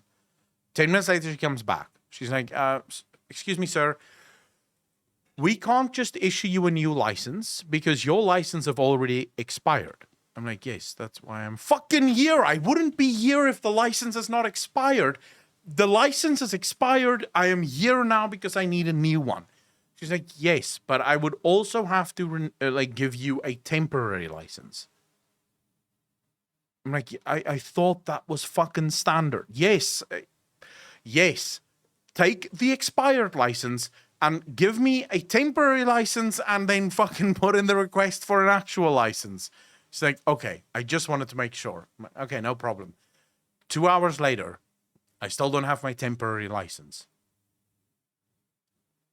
Because she cannot figure out how to tell the machine that this license has expired, a new license has to be issued, and then also there needs to be a temporary license, which is literally a piece of paper that's printed out. It's a piece of fucking paper. I could do it in 5 minutes at home. I was in there for almost 3 hours waiting for a license renewal. This is why I say the only people that is allowed to be completely inept at their jobs are hobos, government officials and employees, and then, of course, Blizzard employees. Was as good as African youth care? Nuclear Baba, how you doing, bro? Thanks for the first chat. Really appreciate that. Consumer expectations and viewer expectations, player expectations, and still have a fucking job. How is this possible? Super I don't funky, how you doing, it. bro? Like, yep. Really think. I mean, I'm assuming you're from South Africa, so you know exactly what I'm fucking talking about. Think about it. Like, why is it that they have these people on here who just keep doing it wrong? It doesn't make any sense. They blame the new hires. You know what the sad thing is I bet you're right. I bet you're fucking right. All right, yeah, let's go back. We're going to look at the rest of these because KPI. Yeah, I don't think that's it either. They really roll dice and darts at the decision board. I feel like if they rolled dice, it'd be better. So let's see here. Hey, Jailer, look at me. Bitch. You're goddamn right. Yeah. You're goddamn fucking right. Yeah, that's what they get. It was Steve all along. Let's see. Okay, gang, let's see who the villain really is. It's Arthas. It's Ner'zhul. Yep. Jesus. There it is. There it is. There it fucking is, man. Yeah, I don't know what to say. I love memes. They tried to fire a bunch of people and employees went on strike and formed a union. That's not what happened. That was a QA department. It was like Raven Software. It had nothing to even do with Blizzard Entertainment. Yeah, Blizzard Entertainment has had like people try to make unions too, but it was actually. Okay, so whoever's comment that is doesn't make much sense to me. What the fuck is a union gonna do about this? Does unions suddenly lead to people doing better work? I think not. Like, the only difference is once you have a union, it's harder to fire someone like the Newser. But if the Newser is shit, the union isn't suddenly going to turn him into someone good. Unless, of course, they send him for, like, I don't know, writing practice or some crap. But I don't even know why this comment about unions is a thing. Raven saw it. These were QA people. It was totally different. Never found out how the Arbiter got struck down at the beginning of the expansion. Yeah, and we probably never will. Blizzard breaking the fourth wall. Show me the real villain. I said the real villain. So so for the same reason why unions wouldn't make people better at their jobs, I don't think unions make people worse at their fucking jobs. If you're good at your job, whether you're in a union or not, you're probably still going to be good at your job. My brother is a teacher. He's part of a union because you cannot be a teacher in South Africa without being forced to join a union. And he still does his job perfectly every single time, regardless of whether or not he's in a fucking union. So I don't quite, I sort of, like, it's probably just a special person, like, fucking commenting there. I feel like Steve gets a lot of, hate. I kind of feel bad for it, right? And it's like, the reason why he gets a lot of hate is because he's the only person who speaks for the Blizzard narrative team, which kind of sucks because in my opinion, I think Steve, listen, I don't agree. I think he probably fucks it up too. It's not like Steve knows. I don't agree. He is the lead narrative developer for World of Warcraft. I'm sorry, but the buck has to stop somewhere. Steve Denuser might be a very nice guy. I'm not taking anything away from him. He might be a really nice guy. But he's not good at his job. He's just not good at his job. I cannot blame any of the other writers because they're not the lead narrative directors and developers for WoW.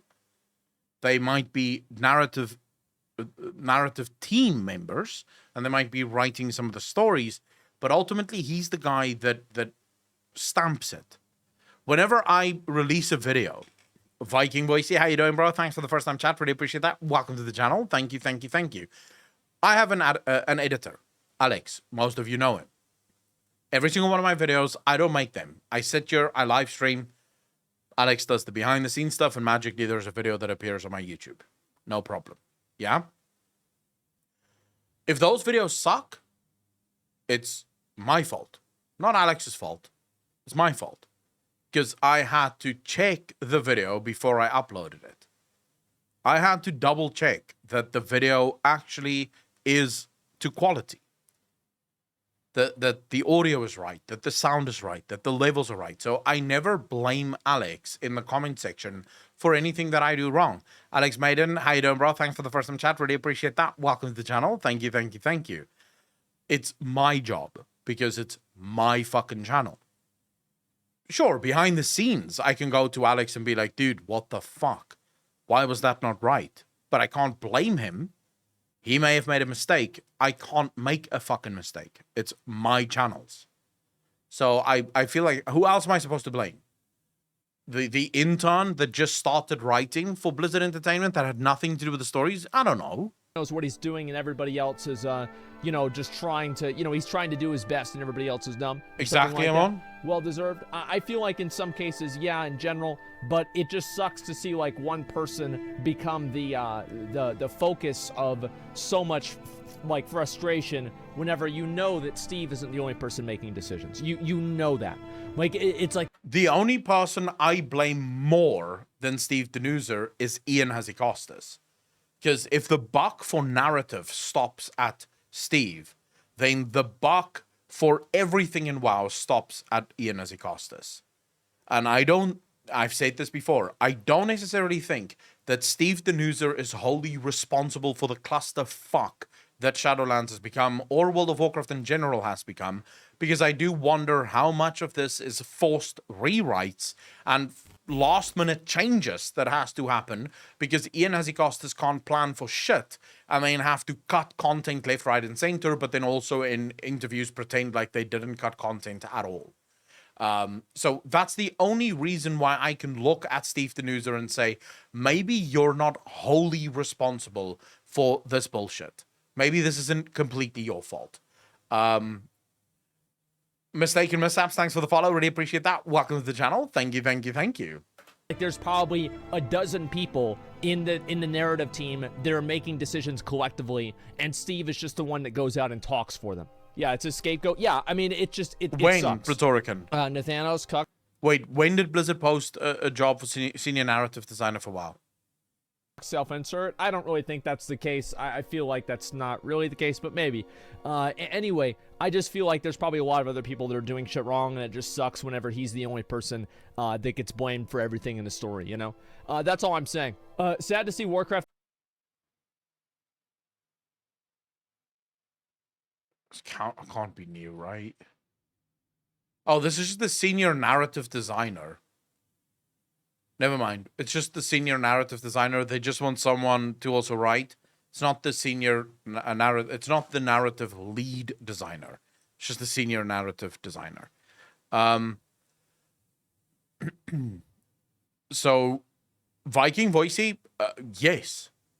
Ian Hazikostas was amazing with raids, but remember, as the lead developer or lead director for World of Warcraft, in that your responsibilities for the job changes almost completely. Because in this instance, it becomes far more about planning and recognizing what you can do and what you can't do than it does just trying to do one thing and one thing great. And I don't think Ian has the ability to plan for expansions or stories. It feels like Ian just sort of willy-nillys it. And things just feel like it's a mess at Blizzard most of the time. Thank you, Mr. Thanks for the first time chat, dude. Really appreciate that. To be honest, the only thing I want from Blizzard is just admit their own mistakes and apologize for it. But it seems Western companies are not allowed to do that. Oh my god, yes. Yes, yes, yes. I think quit WoW because of a bad story. I quit because the classes aren't that fun. I hate borrow power systems. The game felt more like a job than something I enjoy playing. After the original dev didn't even play his own game, Again, the story about the calling of Stratholme and why it needed to be purged, although, and why that was the only way. I did quit because of the story. I don't give as much of a fuck about gameplay if the story is good. Way for Arthas to save his people. I don't want to get through this anymore. Arthas did nothing wrong. We talked about this yesterday. I don't need to talk about it again. I agree. Anybody who genuinely thinks that Arthas was actually the bad guy or Arthas was the villain, I don't know what to tell you. So there was actually a Blizzard developer, someone who worked on the Warcraft team, that came out on Twitter. I can't remember who told me this. Someone linked it to me, I think. But there was a Warcraft 3 developer who came out and said Arthas was absolutely a bad guy. Anyone who says that Arthas wasn't a bad guy is morally devoid of any sort of intelligence and whatever else, right? I can't remember. It was like a long fucking rant about bullshit. And it all boils down to the following. You have, because he said the right way to deal with the undead is to run away from them. And it's like, hold up. Not really, because what if they follow you? Like, what if they just come after you? Do you just keep running? Do you eventually swim? Like, when do you stop? You have a plague that kills everyone it touches and turns them into undead. When those undead bite anyone else, they also then turn them into undead. Explain to me how the fuck you deal with that. Explain to me, how do you deal with that? How do you not end up with, we have to call everyone here to ensure that this doesn't happen? Genuinely don't know what to tell you, because this isn't like COVID. If COVID doesn't have a 100% mortality rate where it turns you into a crazy raging zombie that you go around and kill other people and spread the disease, like it's not the same thing as COVID. It has nothing to do with COVID. It's a terrible comparison. Yeah, COVID doesn't have a 100% death rate. Thanks for the first time chat. So yeah, it's a cursed sword and helm. Did you expect any different? No, I don't really know. He's sort of the villain, but not because of Stratholme. Yeah, I mean, I don't think so. I really don't think so. I don't think Arthas was the villain at all. It's a moral dilemma, sure. What Arthas did is definitely not clear-cut good versus bad. It is a moral dilemma, as people in chat have said. And the essence of a great writer is that you start exploring that moral dilemma. So, the guy actually used an example where he said, we're not just killing people with COVID. And saying, what the fuck? Dude, people who have COVID don't turn into zombies and then start biting everyone else and end up ending the world. Like, your example is stupid. It's a stupid fucking example. What are you saying? This wasn't just some flu or some horrible flu. This was an actual virus that turns people into zombies, and then they bite other people, and they bite other people, and before you know it, everyone is a fucking zombie. These are not the same things. I think that, like, with burning the ships, for example, there were cases in real history where somebody burned the ships and it actually did motivate their people. Now, the person who did that, I'm thinking of, is Hernan Cortez, who was he was so much of an asshole, right? Fucking, I think it was Spain. He came from Spain. They spent, like, the equivalent of, like, probably tens of millions of dollars to get rid of him because he's such an asshole. Right, yeah, he was he was the worst guy ever. And so anyway, Alexander the Great did that. Yes, many cases in history where the leaders have burned their ships to show that, like, to their men, like, there's no going back. This is all that we're going to do. Now, you can say that that's a bad thing, etc., but also it's worked. Like, and I think that's Alexander, always, thanks for the follow, dude. Really appreciate that. Like Welcome Garrosh, to the channel. Thank you. Savagery and brutal it savagery. Is necessary evils. But effective brutal savagery. We've done that in the past. Where does that exist? So it boils down to this, Vic Kitty. Thank you for the follow. Really appreciate that. Welcome to the channel. Thank you. It boils down to that ultimate question. Would you drop one nuke, kill 1 million people, but save 7 billion? Or would you not drop the nuke? Those are your only options. You either drop the nuke, it kills 1 million people, but you save humanity, or you don't drop the nuke, but then humanity dies. Those are your options. What do you do? And in that, right, most people say, drop the nuke. Yes, it's horrendous. Yes, it's not great, but you are saving fucking humanity. If you don't do it, humanity dies. Russia would not be a good example. Russia actually has an automated system. The second it detects any missiles towards it, it launches every single missile that Russia has at the world all at once. So launching nukes at Russia, not a good idea. They have an actual AI system that keeps track of that. So I would say let's not do that.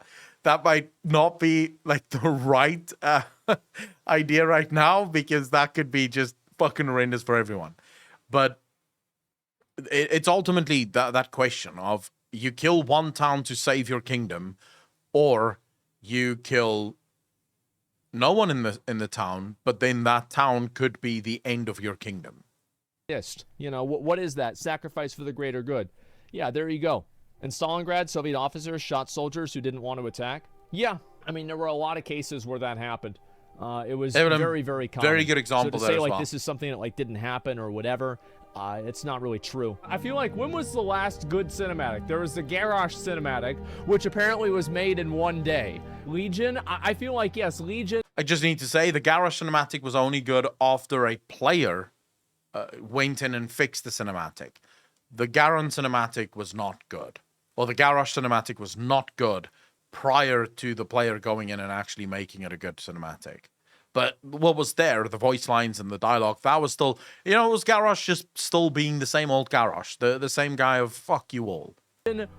I actually feel like a lot of the Legion, to be honest with you, I think some of the BFA cinematics were pretty good.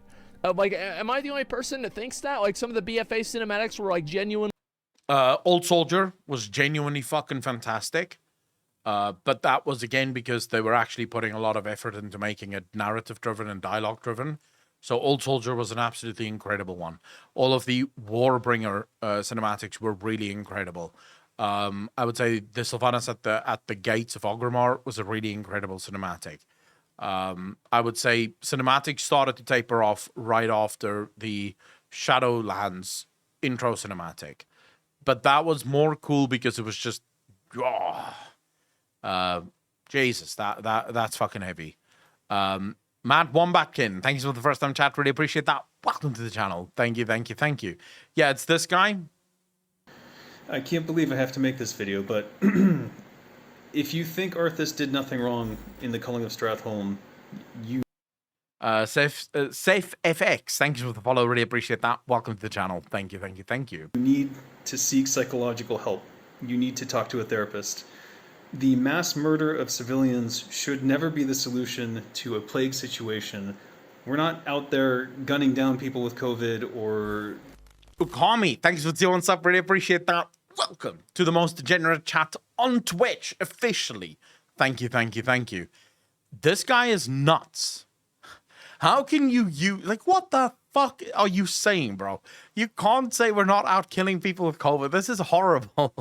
Setting flame to people with Ebola.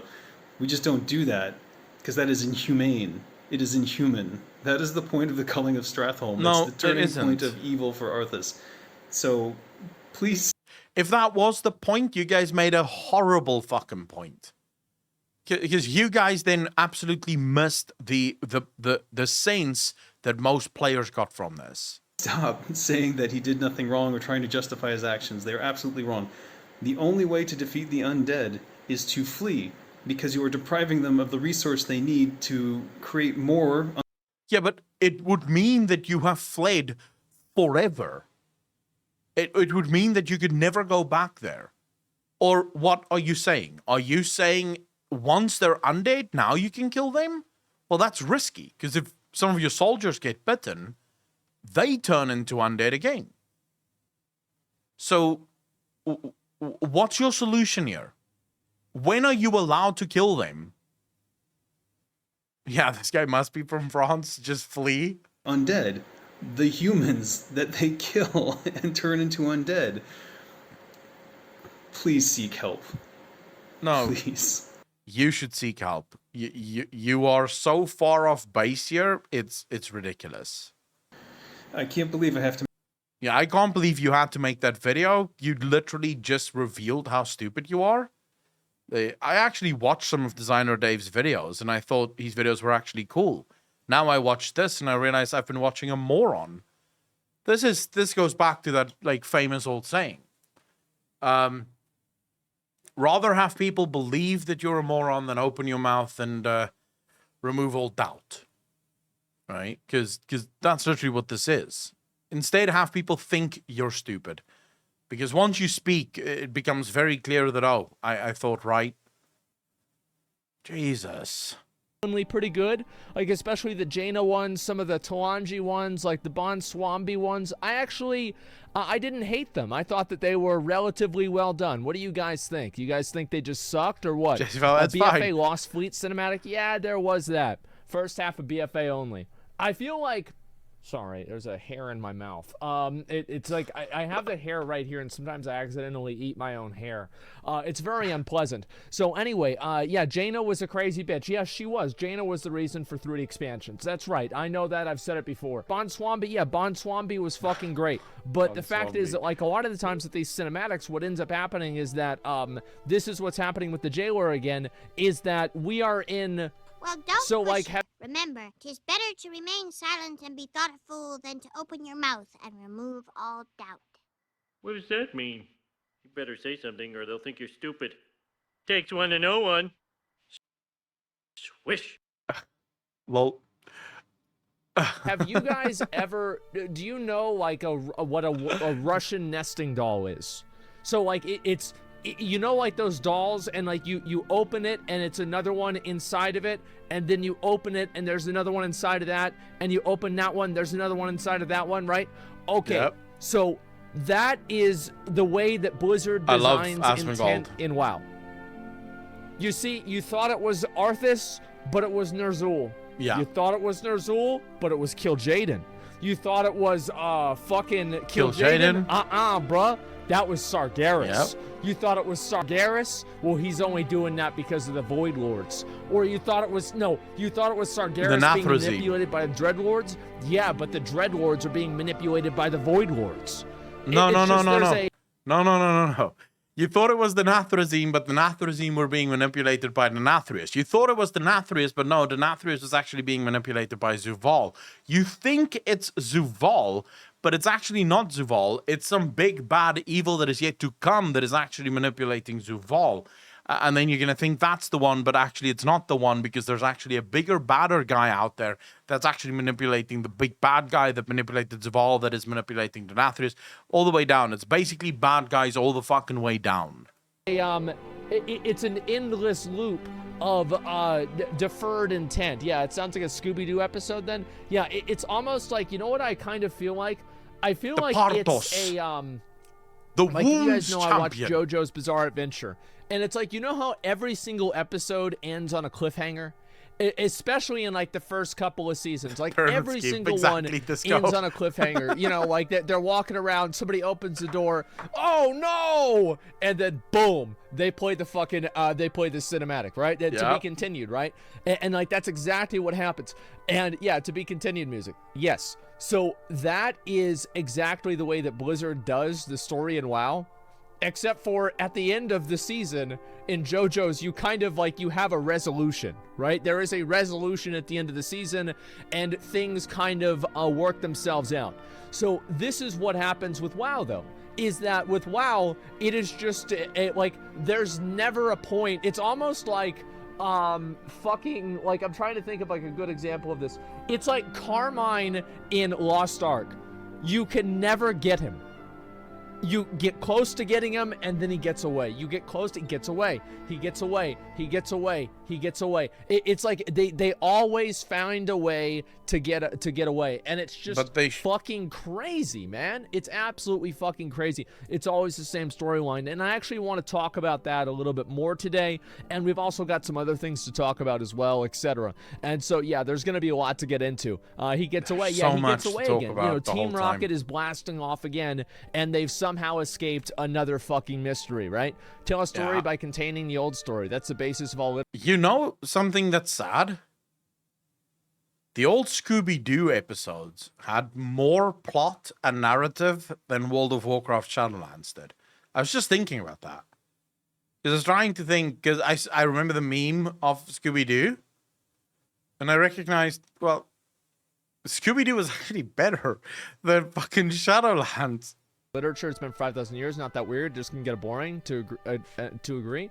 No, it's not the basis. Like, this is not the basis of literature for the past 5,000 years, to just have a Russian nesting doll of intents and reasons that can never really be described by anything other than removing agency from the character. So to create this faux illusion of some sort of complexity. That's not literature for the past 5,000 years. No, it isn't. That is video game design for the past 5 years. That's what it really is. Pelagos is the real jailer. Yeah, exactly, man. It's just fucking crazy. And It's so, the reason yeah, the long as problem they is it sucks. stop And their that's the hyper-focus thing. on rating, It's the like, I PvP feel like Mythic Plus, JoJo, they if we need go to back add talk in more about social JoJo, type content. JoJo's Bizarre Adventure especially. Quick Fox, I can know, actually not everything, disagree with like, that. If they wanted to stop the story, they have to start focusing on the actual game. I would actually prefer if they focused on fucking both, like Final Fantasy does, but I at this point, I would take my cake without having to eat it too. Like, I will take anything at this point, as long as like it at least amasses to someone being happy with this fucking game. Everything that involved Dio, right? You know, the fucking Jonathan, Joseph, and fucking Jotaro. Like, that entire thing, that entire fucking story was completely cliche. It was totally cliche. Almost all of the big plot points you could easily guess were gonna happen. It was like everything was totally, like, you knew what was gonna happen every single time. And Yeah. the main thing to me is that it's not bad to do something that people don't expect. And I think in a good movie and in a good story, you should know what's gonna happen in the end and still be looking forward to seeing it. The thing is, you can do things that people don't expect, but like I said already, usually there'll be breadcrumbs. Usually there will be some indication of what the end of this movie is actually going to be before it even happens. Sometimes the best written stories will use multiple breadcrumbs. 99% of those breadcrumbs will be completely fake. It will be there literally to throw you off. And then at the end it happens and you go, all right, so it was actually that one that I thought. The issue is when you have an outcome with no foreshadowing. There's no way that outcome could have fucking happened, and yet it ends up happening. That's when the audience just sort of loses interest in the story that you wanted to tell in the first place. And like you can see that with a Yeah, the breadcrumbs lead me to Final Fantasy 14 as well. You know what's going to happen in the end, but you still want to see the whole fucking thing. And that's the best thing about it, right? And if Square Enix came out tomorrow and said that Ian Azikostas and Steve Denuser have actual stonks within Square Enix, I would not be surprised. That would be breadcrumbs all over the place. Like, that would be the moment, that would be the plot twist where I look back and I say, oh, this makes sense, actually. I now understand what was happening here. They were tanking World of Warcraft to boost Square Enix stock, because they actually have stock there. There's actual things that I can look back at and say, yep, that makes sense. And cringe anime weebs. Well, the thing is, like, there's nothing really wrong with anime or anything like that. Like, I feel like a lot of shows that come out here in the U.S. are fucking terrible, right? So at least, like, the reason why I like watching a lot of anime, especially older anime, is that it feels like it's done much more for the passion of the art rather than to make a certain amount of money, or rather to do something else that's besides that, right? There's always some sort of reason, you know, that I feel like it's just it's like you go back and you watch like a Ghost in a Shell, or like the first season of like Full Metal Alchemist, or fucking I don't know, like Cowboy Bebop, right? Like, I don't watch anime, or something like that. No. Like there's not really a lot of like overt messaging. There's not any like corporatism in it. It's just very simple, and also like anime at that point had not become mainstream enough to where people were creating anime. Shinjima, that would not be good news at all. Because that would mean that Final Fantasy no longer has Ishikawa. And that would be devastating. So no, World of Warcraft has to get their own fucking Ishikawa. She's writing for Final Fantasy, and we're happy with that. In the same Not type even of hentais, no. formulaic design that they do now, right? Where, you know, you've got the girls of questionable age and questionable positions. You have the entire story exist in a high school. Main character is like a guy who's quiet, who doesn't really talk to a lot of people, but somehow all the girls like him.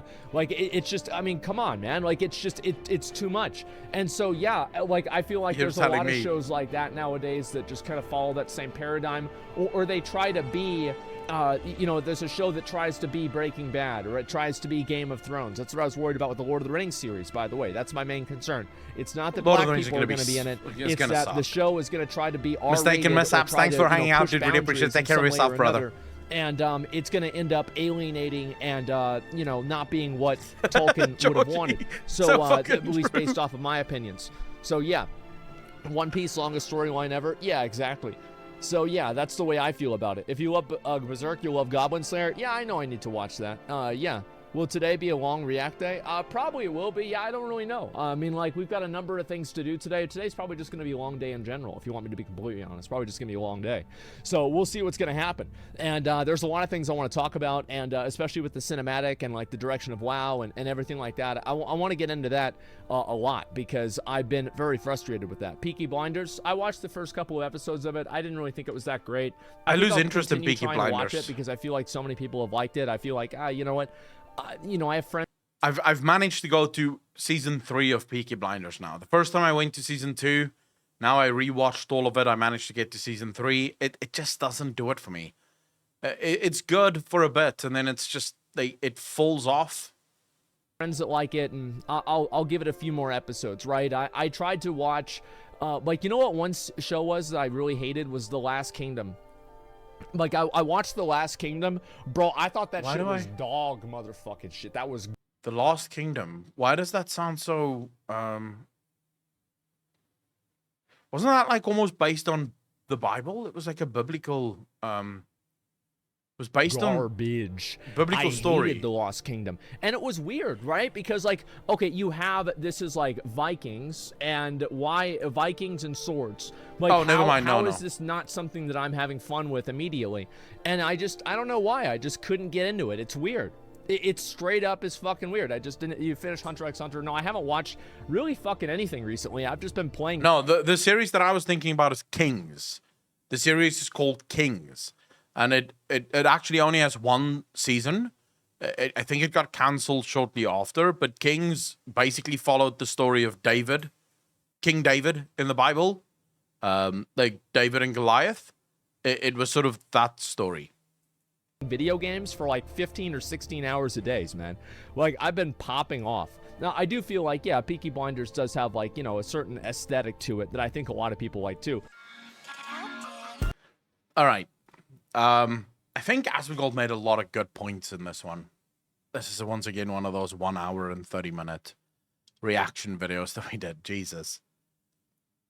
Imagine if Zuval won and gets through the portal and closes it and leaving us behind. Then because Zuval... Well, Agent, we can't imagine that. Zuval is already dead. Gregor, how you doing, bro? We can... So, if you guys want me to react to anyone's reactions or anything like that, you're welcome to link it to me on Discord. I will be back tomorrow. For those of you that's thinking, why the fuck is he leaving so early? I don't have a choice. My power is about to go out. Well, my power is going to go out in about an hour and a half. And I still have to eat. And without electricity, there's no way to make food. So I have to go make food quickly, eat, and then my power goes out. And then I don't have power until 2:30 a.m. tomorrow morning. So I'll be back tomorrow again, and hopefully, let's just look at the schedule so that I don't betray myself here, but there is a good chance that I should be able to do a full fucking stream tomorrow, which will be great if I can. So Friday, okay, so tomorrow we're still going to be a half an hour late for the stream start because my power is only coming back at 6:30, so we'll still be late for the stream start. Never mind. We'll still have to end the stream early. It's only... When the fuck are we going down? Oh my god, I'm so sick and tired of this. So from Monday, we should be fine. From Monday, we should be fine. I do apologize to all of you. I'm so fucking sorry. Steve, thank you much for the follow. Really appreciate that. Welcome to everyone that is here for the first time. Really appreciate all of you. Don't know what the chat response for Why No Power. I really do, actually. I feel like I repeat myself quite often by explaining to people why I don't have power. All you have to know is my government switches off the power for 2.5 hours, and then you have power for another 2, maybe 4 hours, and then they switch it off again. So it's sort of like it's fun. You never know what's going to happen. You basically live your life in 2-hour segments, and you hope that works. So I wanna thank all of you for coming out, for hanging out with me, for spending your morning, your afternoon, your evening with me. It's been an absolute pleasure. As always, please be kind to each other, be good to each other. Remember to follow me on all of my socials if you don't already. Join the Discord. That is where you can suggest content that I should be reacting to. You can have conversations with people who are like-minded and love the same things that you do. And I also let people know on Discord whenever I go live. So that is the best place to be if you don't just want to rely on Twitch's notification system. Please take care of yourselves. Be kind to each other. Be good to each other. And I will see all of you tomorrow. Peace out, fam.